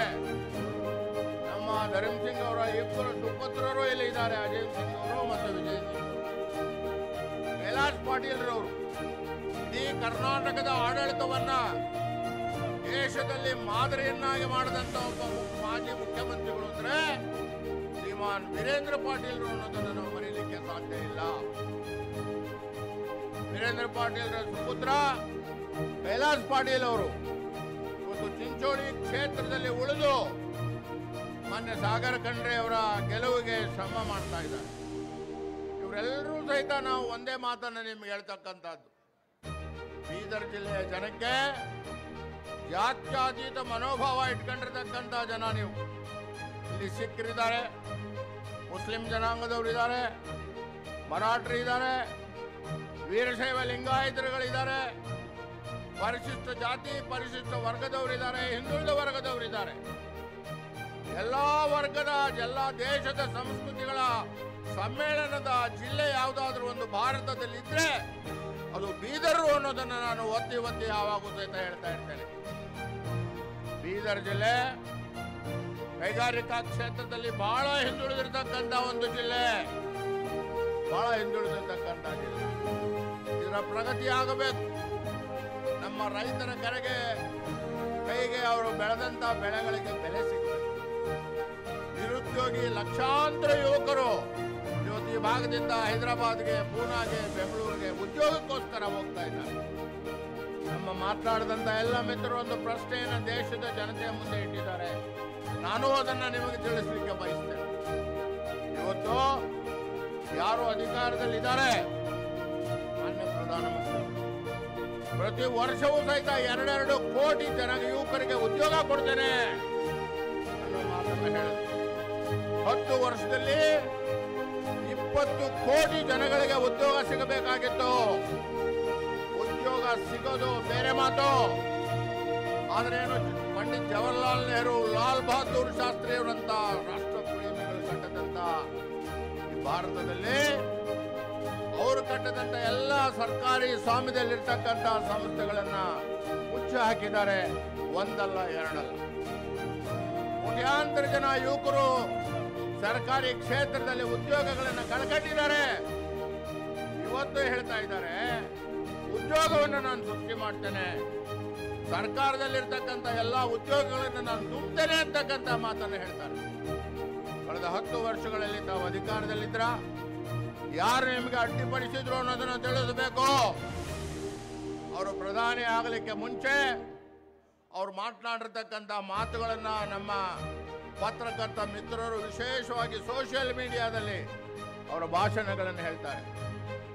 ಅವರು ಪೆಟ್ರೋಲ್ ಬೆಲೆಗಳ ಬಗ್ಗೆ ಮಾತನಾಡಿದಂಥ ಮಾತು, ಡೀಸೆಲ್ ಬೆಲೆಗಳ ಬಗ್ಗೆ ಮಾತನಾಡಿದಂಥ ಮಾತು, ರೈತರ ಬಗ್ಗೆ ಮಾತನಾಡಿದಂಥ ಮಾತು, ಅದರ ವಿರುದ್ಧವಾಗಿ ಕಳೆದ 10 ವರ್ಷಗಳಲ್ಲಿ ನಡ್ಕೊಂಡಿರ್ತಕ್ಕಂಥದ್ದನ್ನು ನಾವು ನೋಡ್ತೇವೆ. ಅದರಿಂದ ಎಲ್ಲ ಜಾತಿ ಜನಾಂಗ ಧರ್ಮಗಳು ಕೂಡಿರ್ತಕ್ಕಂಥ ಈ ಭಾರತದಲ್ಲಿ ಎಲ್ಲರನ್ನೂ ಕೂಡಿಸಿರ್ತಕ್ಕಂಥ ಸರ್ಕಾರ ನಮಗೆ ಬೇಕು. ಅದನ್ನೇ ಬುದ್ಧ ಹೇಳಿದ್ದು, ಬಸವ ಹೇಳಿದ್ದು, ಬಾಬಾ ಸಾಹೇಬ್ ಅಂಬೇಡ್ಕರ್ ಅವರು ಹೇಳಿದ್ದು, ಶಾಹು ಮಹಾರಾಜರು ಹೇಳಿದ್ದು ಅನ್ನೋದನ್ನು ನಾವೆಲ್ಲರೂ ಸಹಿತ ಹೆಮ್ಮೆಯಿಂದ ತಿಳ್ಕೋಬೇಕಾಗಿದೆ.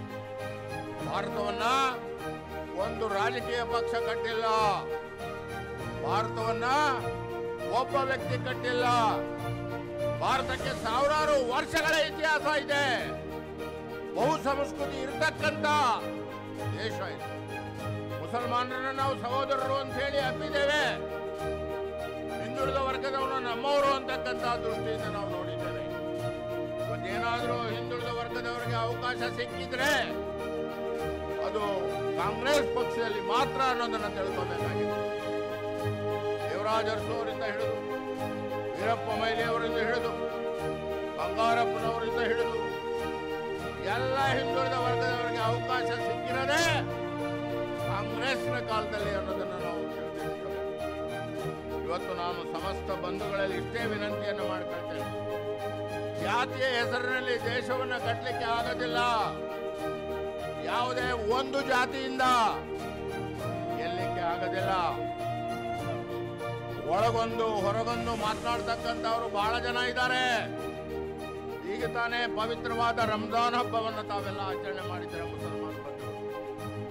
10 ವರ್ಷಗಳ ಹಿಂದೆ ರಂಜಾನಿನ ಊಟಕ್ಕೆ ಕರೆದಾಗ ಮುಸಲ್ಮಾನ್ ಬಂಧುಗಳು ಪ್ರಧಾನಮಂತ್ರಿಗಳಿಗೆ ನಮ್ಮ ಟೋಪಿಯನ್ನ ಹಾಕಲಿ ಅಂತ ಕೊಟ್ಟಾಗ ಬಹಳ ನಯವಾಗಿ ತಿರಸ್ಕರಿಸಿದ್ರು ಅನ್ನೋದನ್ನ ನಮ್ಮ ಮುಸಲ್ಮಾನ್ ಬಂಧುಗಳ ಹೃದಯದಲ್ಲಿ ಎಂದೆಂದಿಗೂ ಸಹಿತ ಉಳಿತದೆ ಅನ್ನೋದನ್ನ ನಾವು ತಿಳ್ಕೋಬೇಕಾಗಿದೆ.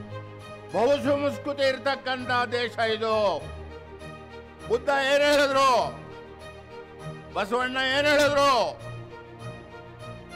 ಅಂಬೇಡ್ಕರ್ ಅವರು ಏನ್ ಹೇಳಿದ್ರು, ಶಿವಾಜಿ ವಂಶಸ್ಥರು ಶಾಹು ಮಹಾರಾಜರು ದೇಶದಲ್ಲಿ ಮೊದಲನೇ ಬಾರಿಗೆ ಮಹಾರಾಜರುಗಳ ಪೈಕಿ ಹಿಂದುಳಿದ ವರ್ಗದವರಿಗೆ, ಹೆಣ್ಣು ಮಕ್ಕಳಿಗೆ, ಬಡವರಿಗೆ ಮೀಸಲಾನಿಯನ್ನ ತಂದಂತ ಪುಣ್ಯಾತ್ಮ ಶಾಹು ಮಹಾರಾಜರು ಅಂತ ತಿಳ್ಕೋಬೇಕು.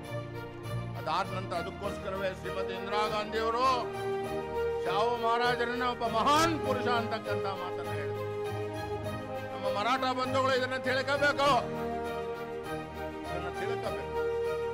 ನಾವು ದೇಶಕ್ಕೋಸ್ಕರ ಸರ್ವ ತ್ಯಾಗವನ್ನು ಮಾಡಲಿಕ್ಕೆ, ಬಲಿದಾನ ಮಾಡಲಿಕ್ಕೆ ತಯಾರಿರ್ತಕ್ಕಂಥ ಶಿವಾಜಿ ಮಹಾರಾಜರು ಕೇವಲ ಮರಾಠರಿಗೆ ಸಾಮ್ರಾಜ್ಯವನ್ನು ಕಟ್ಟಲಿಲ್ಲ, ಹಿಂದವೇ ಸ್ವರಾಜ್ಯದ ಸ್ವಾಭಾವಿಕವಾದ ದೇಶವನ್ನು ಅವರು ಕಟ್ಟಿದ್ದು ಎಲ್ಲ ವರ್ಗದ ಜನಗಳಿಗೆ.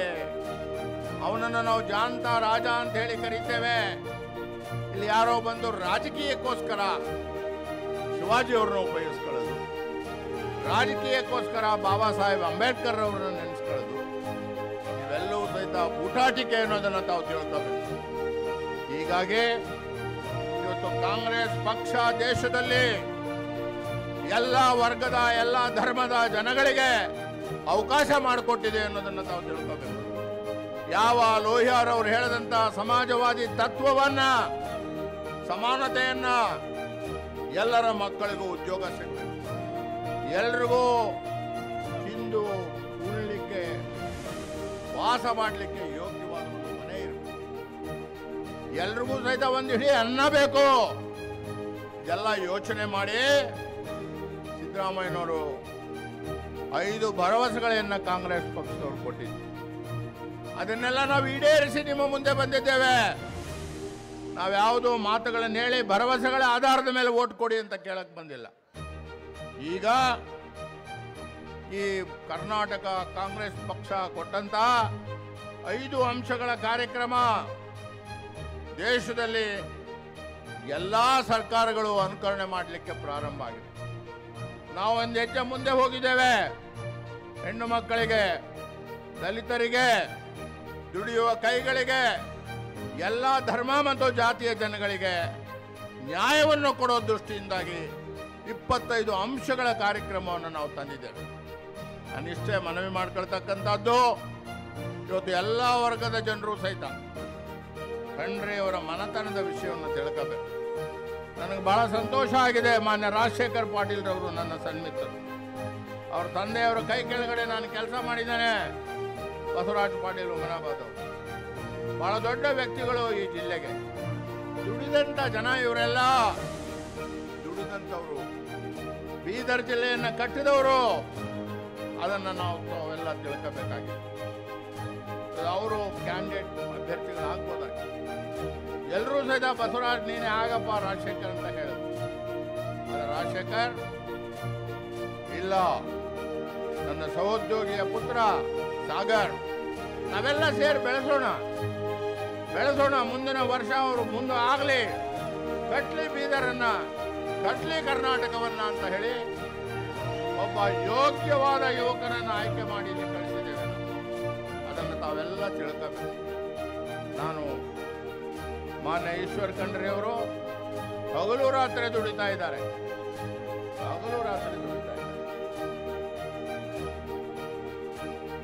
ಅದನ್ನೇ ನಾವೆಲ್ಲ ಹೇಳ್ತಾ ಇದೀವಪ್ಪ, ಜೋರಾಗಿ ಹೇಳು. ಬಹಳ ಜನ ಮಹಿಳಾ ಮುಖಂಡರುಗಳು ಬಂದಿದ್ದಾರೆ. ಎಲ್ಲರ ಹೆಸರುಗಳನ್ನು ನಾನು ಹೇಳಲಿಕ್ಕೆ ಆಗೋದಿಲ್ಲ, ಸಮಯದ ಅಭಾವ. ಪ್ರತಿಯೊಬ್ಬರು ಇಲ್ಲಿ ಕುಳಿತಿರ್ತಕ್ಕಂಥ ಮುಖಂಡರುಗಳು ಬಹಳ ದೊಡ್ಡ ನಮ್ಮ ಬೆಳವಣಿಗೆಯವರು ಕೂತಿದ್ದಾರೆ, ಮಾಜಿ ಮಂತ್ರಿಗಳು. ಇವರೆಲ್ಲರಿಗೂ ಸಹಿತ ಒಂದೊಂದು ಹಿನ್ನೆಲೆ ಇರ್ತಕ್ಕಂಥ ಮುಖಂಡರುಗಳು. ನಮಗೆಲ್ಲ ಕಾಂಗ್ರೆಸ್ ಪಕ್ಷ ಒಂದು ಕೊಡೆ ಇದ್ದ ಹಾಗೆ. ಈ ಕಾಂಗ್ರೆಸ್ ಪಕ್ಷದಲ್ಲಿ ಎಲ್ರಿಗೂ ಸಹಿತ ನೆರಳಿರ್ತದೆ. ಇನ್ನು ಕಬ್ಬಲಿಗಾಗಿರು, ಮರಾಠ ಆಗಿರು, ಶೆಡ್ಯೂಲ್ ಕಾಸ್ಟ್ ಆಗಿರು, ಮುಸ್ಲಿಂ ಆಗಿರು, ಕ್ರಿಸ್ತನಾಗಿರು, ಯಾವುದೇ ಜಾತಿ ಧರ್ಮದವರಾಗಿರೋ, ಬಸವಣ್ಣನ ನಿಜವಾದ ತತ್ವಗಳನ್ನು ಅಳವಡಿಕೆ ಮಾಡತಕ್ಕಂಥ ಒಂದು ಪಕ್ಷ ಇದ್ರೆ ಅದು ಕಾಂಗ್ರೆಸ್ ಪಕ್ಷ ಅನ್ನೋದನ್ನು ತಾವೆಲ್ಲ ತಿಳ್ಕೋಬೇಕಾಗಿದೆ. ಹೀಗಾಗಿ ಸಾಕಷ್ಟು ಸಮಯ ಆಗಿದೆ. ನಾನು 2-3 ದಿನಗಳ ಕಾಲ ನಮ್ಮ ಮೊದಲನೇ ಹಂತದ ಚುನಾವಣೆ ನಡೀತಾ ಇದೆ ಆ ಭಾಗದಲ್ಲಿ. ನಮ್ಮ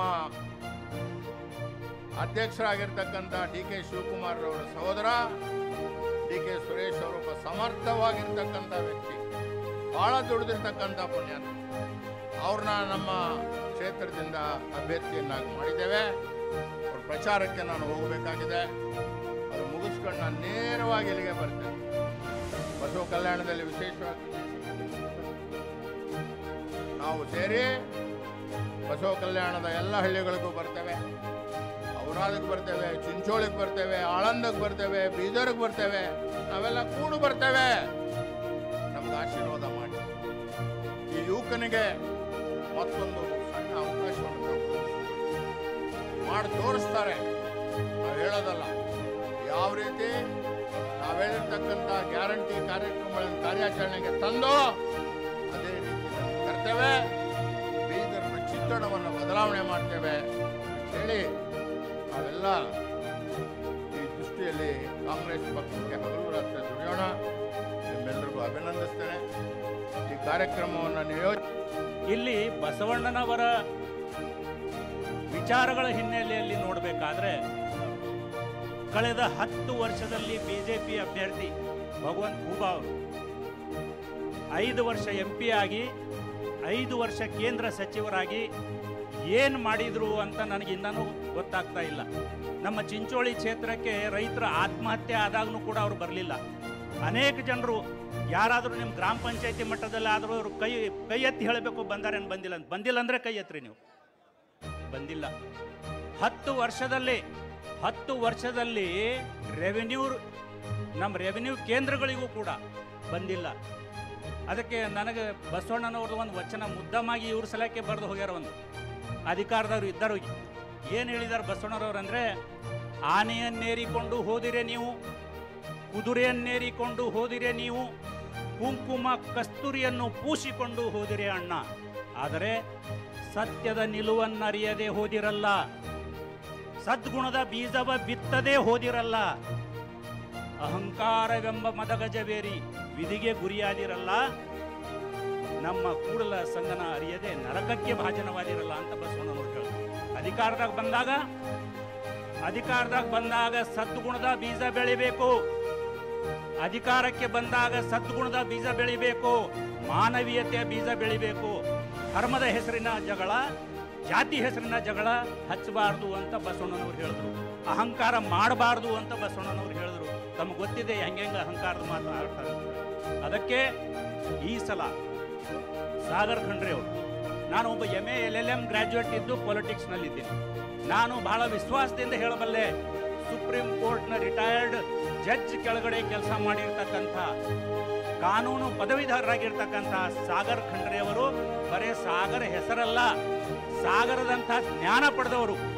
ಕೃಷಿ ಕ್ಷೇತ್ರದ ಚರ್ಚೆ, ಆರ್ಥಿಕ ಕ್ಷೇತ್ರದ ಚರ್ಚೆ, ರಾಜಕೀಯ ಕ್ಷೇತ್ರದ ಚರ್ಚೆ, ಈ ದೇಶಕ್ಕೆ ಎದುರಾಗ್ತಕ್ಕಂಥ ಸಮಸ್ಯೆಗಳ ಚರ್ಚೆಗೆ ಡಿಬೇಟ್ ಕರೀರಿ, ಭಗವಂತ ಖೂಬಾ ಅವರನ್ನ ಕರೀರಿ ಮತ್ತು ಸಾಗರ್ ಖಂಡ್ರೆ ಅವರನ್ನ ಕರೀರಿ. ನನಗೆ ವಿಶ್ವಾಸ ಇದೆ ಸಾಗರ್ ಖಂಡ್ರೆ ಅವರು ಗೆದ್ದೇ ಗೆಲ್ತಾರೆ.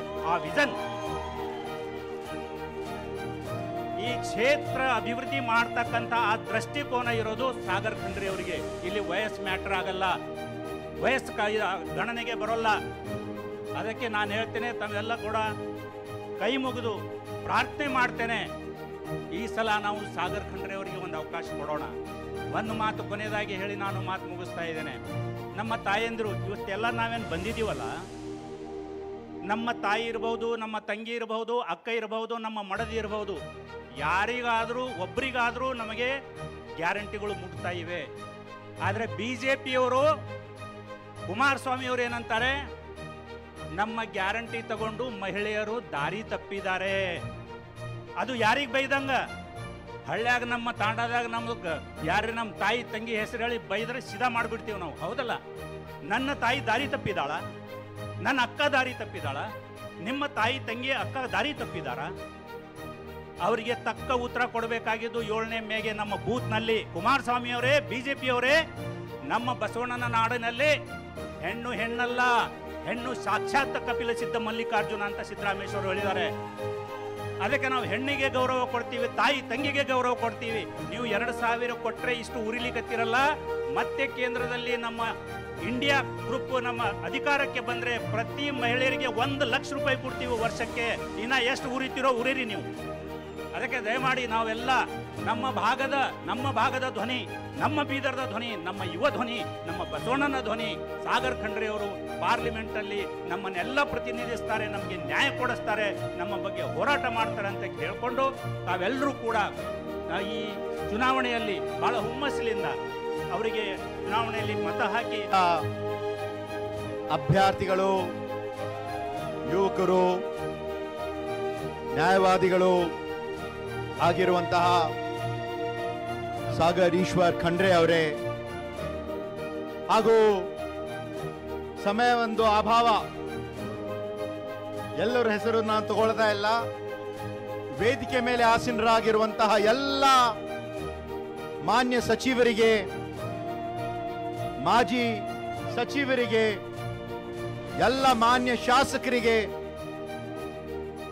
ಮಾಜಿ ಶಾಸಕರುಗಳಿಗೆ, ಇವತ್ತು ವೇದಿಕೆ ಮೇಲೆ ಆಸೀನರಾಗಿರುವಂತಹ ಎಲ್ಲ ಗಣ್ಯಮಾನ್ಯರಿಗೆ, ನೂರಾರು ಸಂಖ್ಯೆಯಲ್ಲಿ ಉಪಸ್ಥಿತಿರುವಂತಹ ಜಿಲ್ಲಾ ಘಟಕದ, ತಾಲೂಕು ಘಟಕದ, ಮಹಿಳಾ ಘಟಕದ, ವಿವಿಧ ಶಾಖೆಗಳ ಘಟಕದ ಎಲ್ಲ ಗಣ್ಯಮಾನ್ಯರೇ, ಹಾಗೂ ವೇದಿಕೆ ಮುಂದೆ ಇರ್ತಕ್ಕಂಥ ಬೀದರ್ ಜಿಲ್ಲೆಯ ಹಾಗೂ ಆಳಂದ್ ಮತ್ತು ಚಿಂಚೋಳಿಯಿಂದ ಬಂದಿರುವಂತಹ ಹಳ್ಳಿಯಿಂದ ಬಂದಿರುವಂತಹ ಎಲ್ಲ ಮುಖಂಡರೇ, ಕಾರ್ಯಕರ್ತರೇ, ಯುವಕರೇ, ತಾಯಂದಿಯರೇ, ಅಕ್ಕ ತಂಗಿಯರೇ, ತಮ್ಮೆಲ್ಲರೂ ಕೂಡ ನನ್ನ ಹೃತ್ಪೂರ್ವಕವಾದ ನಮಸ್ಕಾರಗಳು.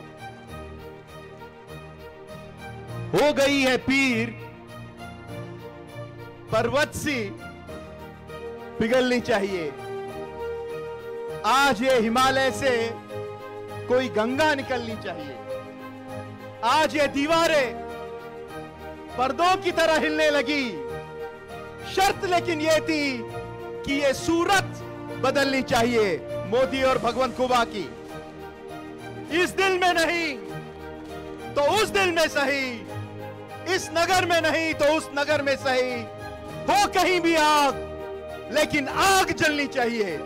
ये जो परिवर्तन की आग है, ये जो ಬದಲಾವಣೆದು ಈ ಒಂದು ವಿಷಯ ಆಗಬೇಕಾಗಿದೆ.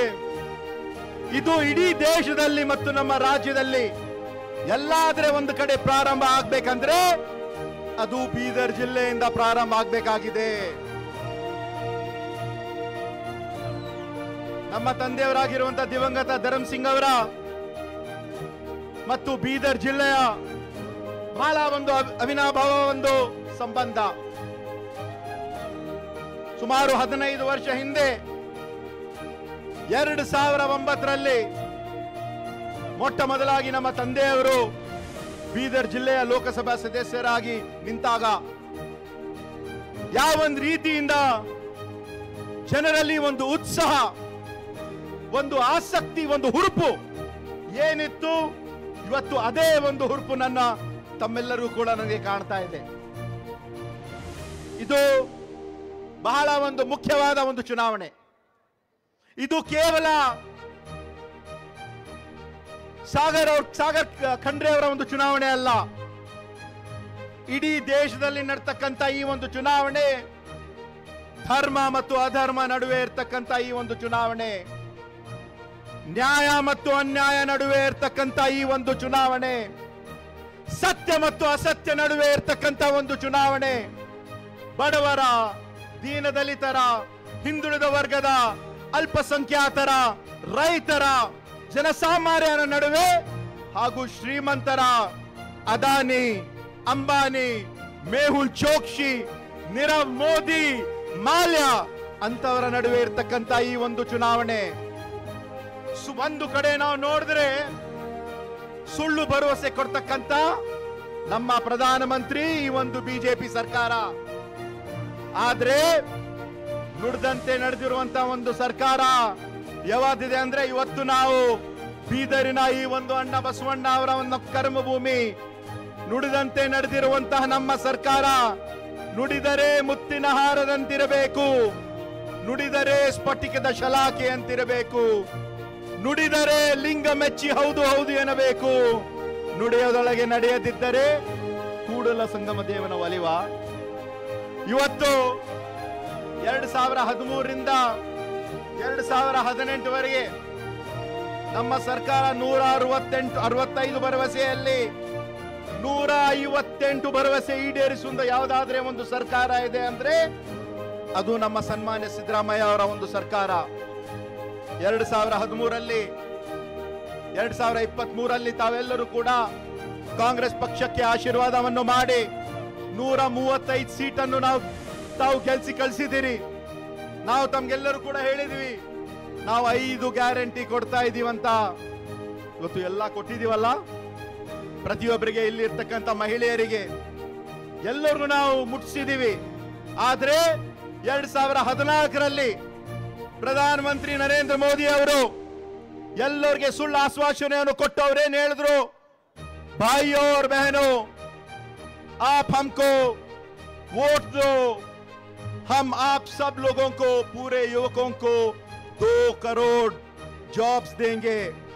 2 ಕೋಟಿ ಪ್ರತಿ ವರ್ಷ ಯುವಕರಿಗೆ ನಾವು ಉದ್ಯೋಗ ಕೊಡ್ತೀವಿ ಅಂತ ಹೇಳಿದ್ರು. ಕೊಟ್ರ ಅವರು? ಸಿಕ್ತಾ ಯಾರಿಗಾದ್ರೆ? 10 ವರ್ಷದಲ್ಲಿ 20 ಕೋಟಿ ಉದ್ಯೋಗ ಸೃಷ್ಟಿಯಾಗಬೇಕಾಗಿತ್ತು. ಆದ್ರೆ ನಾವು ಯುವ ನಿಧಿ ಅಂತ ಕಾರ್ಯಕ್ರಮ ನಾವು ಏನ್ ಹೇಳಿದ್ವಿ, ಪ್ರತಿಯೊಬ್ಬ ಯುವಕರಿಗೆ ಯಾರ್ಯಾರು ಡಿಗ್ರಿ ಓದಿದ್ದಾರೆ ಅವರಿಗೆ ನಾವು 3,000 ರೂಪಾಯಿ ಕೊಡ್ತಾ ಇದ್ದೀವಿ. ಡಿಪ್ಲೊಮಾ ಓದಿದವರಿಗೆ 1,500 ರೂಪಾಯಿ ಕೊಡ್ತಾ ಇದ್ದೀವಿ. ಕರ್ನಾಟಕ ರಾಜ್ಯದಲ್ಲಿ ಈಗಾಗಲೇ 5,29,000 ಜನ ಯುವಕರು ನೋಂದಣಿಯನ್ನು ಮಾಡಿದ್ದಾರೆ. ಅವ್ರಿಗೆಲ್ಲರಿಗೂ ಕೂಡ ನಾವು ಅನುಕೂಲ ಮಾಡಿಕೊಡ್ತಾ ಇದ್ದೀವಿ. ಈ ಬಾರಿ ನಮ್ಮ INDIA ವತಿಯಿಂದ, ನಮ್ಮ ಕಾಂಗ್ರೆಸ್ ಪಕ್ಷದ ವತಿಯಿಂದ ಕೇಂದ್ರ ಸರ್ಕಾರದಲ್ಲಿ ಯುವ ನ್ಯಾಯ ಅಂತ ನಾವು ಘೋಷಣೆ ಮಾಡಿದ್ದೀವಿ. ಯುವಕರಿಗೆ ಪ್ರತಿ ವರ್ಷ ಅಪ್ರೆಂಟಿಸ್ಶಿಪ್ ನಾವು 1 ಲಕ್ಷ ರೂಪಾಯಿ ಕೊಡ್ತಾ ಇದ್ದೀವಿ. ಇದೆಲ್ಲ ಯಾರಿಗೋಸ್ಕರ ನಾವು ಮಾಡ್ತಾ ಇದ್ದೀವಿ? ಇವತ್ತು ಇಲ್ಲಿ ಇರ್ತಕ್ಕಂಥ ಮಹಿಳೆಯರಿಗೋಸ್ಕರ ಅನುಕೂಲ ಆಗ್ಬೇಕು ಅಂತ ಅವರಿಗೆ ಸುಮಾರು ಈ ವರ್ಷ ನಾವು 24,000 ಕೋಟಿ ನಮ್ಮ ಬಜೆಟ್ ಅಲ್ಲಿ ಅನುದಾನವನ್ನು ಇಟ್ಟಿದ್ದೀವಿ. ಕರ್ನಾಟಕ ರಾಜ್ಯದಲ್ಲಿ ಇರ್ತಕ್ಕಂಥ 1,28,00,000 ಮಹಿಳೆಯರಿಗೆ ಪ್ರತಿ ವರ್ಷ 24,000 ಕೊಡ್ತಾ ಇದ್ದೀವಿ. ಅದು ಗೃಹಲಕ್ಷ್ಮಿ ಯೋಜನೆ. ಇವತ್ತು ಮಹಾಲಕ್ಷ್ಮಿ ಯೋಜನೆಯಲ್ಲಿ ಇಡೀ ದೇಶದಲ್ಲಿ ತಾವೆಲ್ಲರೂ ನಮಗೆ ಆಶೀರ್ವಾದ ಮಾಡಿದರೆ ತಾವು ಖಂಡಿತ ಮಾಡ್ತೀವಿ ಅಂತ ಸಂಪೂರ್ಣವಾದ ಒಂದು ಭರವಸೆ ಇದೆ. ಪ್ರತಿಯೊಬ್ಬರು ಬಡ ಒಂದು BPL ಮಹಿಳೆಯರಿಗೆ ಪ್ರತಿ ವರ್ಷ 1 ಲಕ್ಷ ರೂಪಾಯಿ ನಾವು ಕೊಡ್ತಾ ಇದ್ದೀವಿ. 1 ಲಕ್ಷ ರೂಪಾಯಿ. ಈ ಒಂದು ಚುನಾವಣೆ ಬಹಳ ಒಂದು ಪ್ರತಿಷ್ಠೆ ಇರ್ತಕ್ಕಂಥ ಒಂದು ಚುನಾವಣೆ. ನಾವೆಲ್ಲರೂ ಕೂಡ ಹಳ್ಳಿಗೆ ಹೋಗ್ಬೇಕು, ಎಲ್ಲ ಕಡೆ ನಾವು ಹೋಗ್ಬೇಕು, ಜನರಿಗೆ ತಿಳಿಸ್ಬೇಕು, ನಾವು ಕೊಟ್ಟಿರುವಂತ ಗ್ಯಾರಂಟಿಗಳ ಬಗ್ಗೆ ಅವರೆಲ್ಲ ಹೇಳಬೇಕಾಗ್ತದೆ. ಇವತ್ತು ಅಭ್ಯರ್ಥಿ ಎಲ್ಲ ಕಡೆ ಹೋಗಕ್ಕಾಗಲ್ಲ. ನಾವು ನೀವೆಲ್ಲರೂ ಕೂಡ ಹಳ್ಳಿಗೆ ಮುಟ್ತಕ್ಕಂಥ ಒಂದು ವಿಶೇಷವಾಗಿ ನಾವು ಹೋಗ್ಲೇಬೇಕಾಗ್ತದೆ.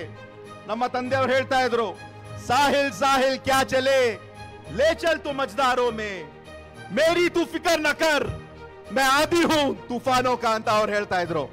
ಇವತ್ತು ಬಿಜೆಪಿ ಅವರು ನಾವು ಎಷ್ಟಾದ್ರೆ ಒಂದು ದುಡ್ಡು ಖರ್ಚು ಮಾಡ್ತೀವಿ ಅಂತ ಅವ್ರಿಗೆ ಒಂದು ಭ್ರಮೆ ಇದೆ.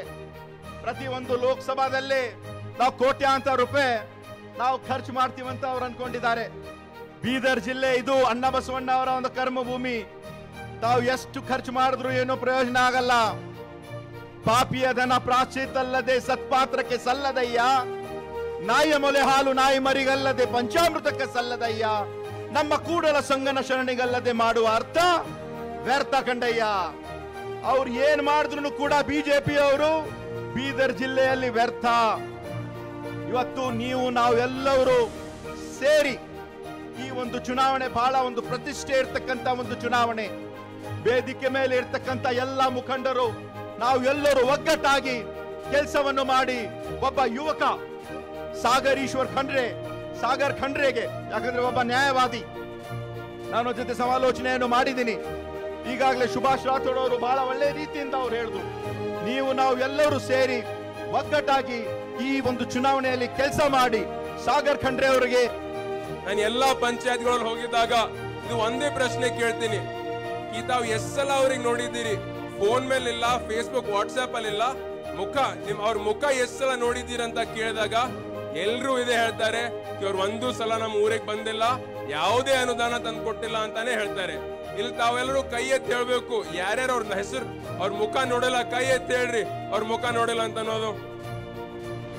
ನಿಜವಾಗಿ ಹೇಳ್ಬೇಕಂತಂದ್ರೆ ನಾನು ಕೂಡ ಯಾವತ್ತೂ ಅವರಿಗೆ ನಾನು ನೋಡಿಲ್ಲ.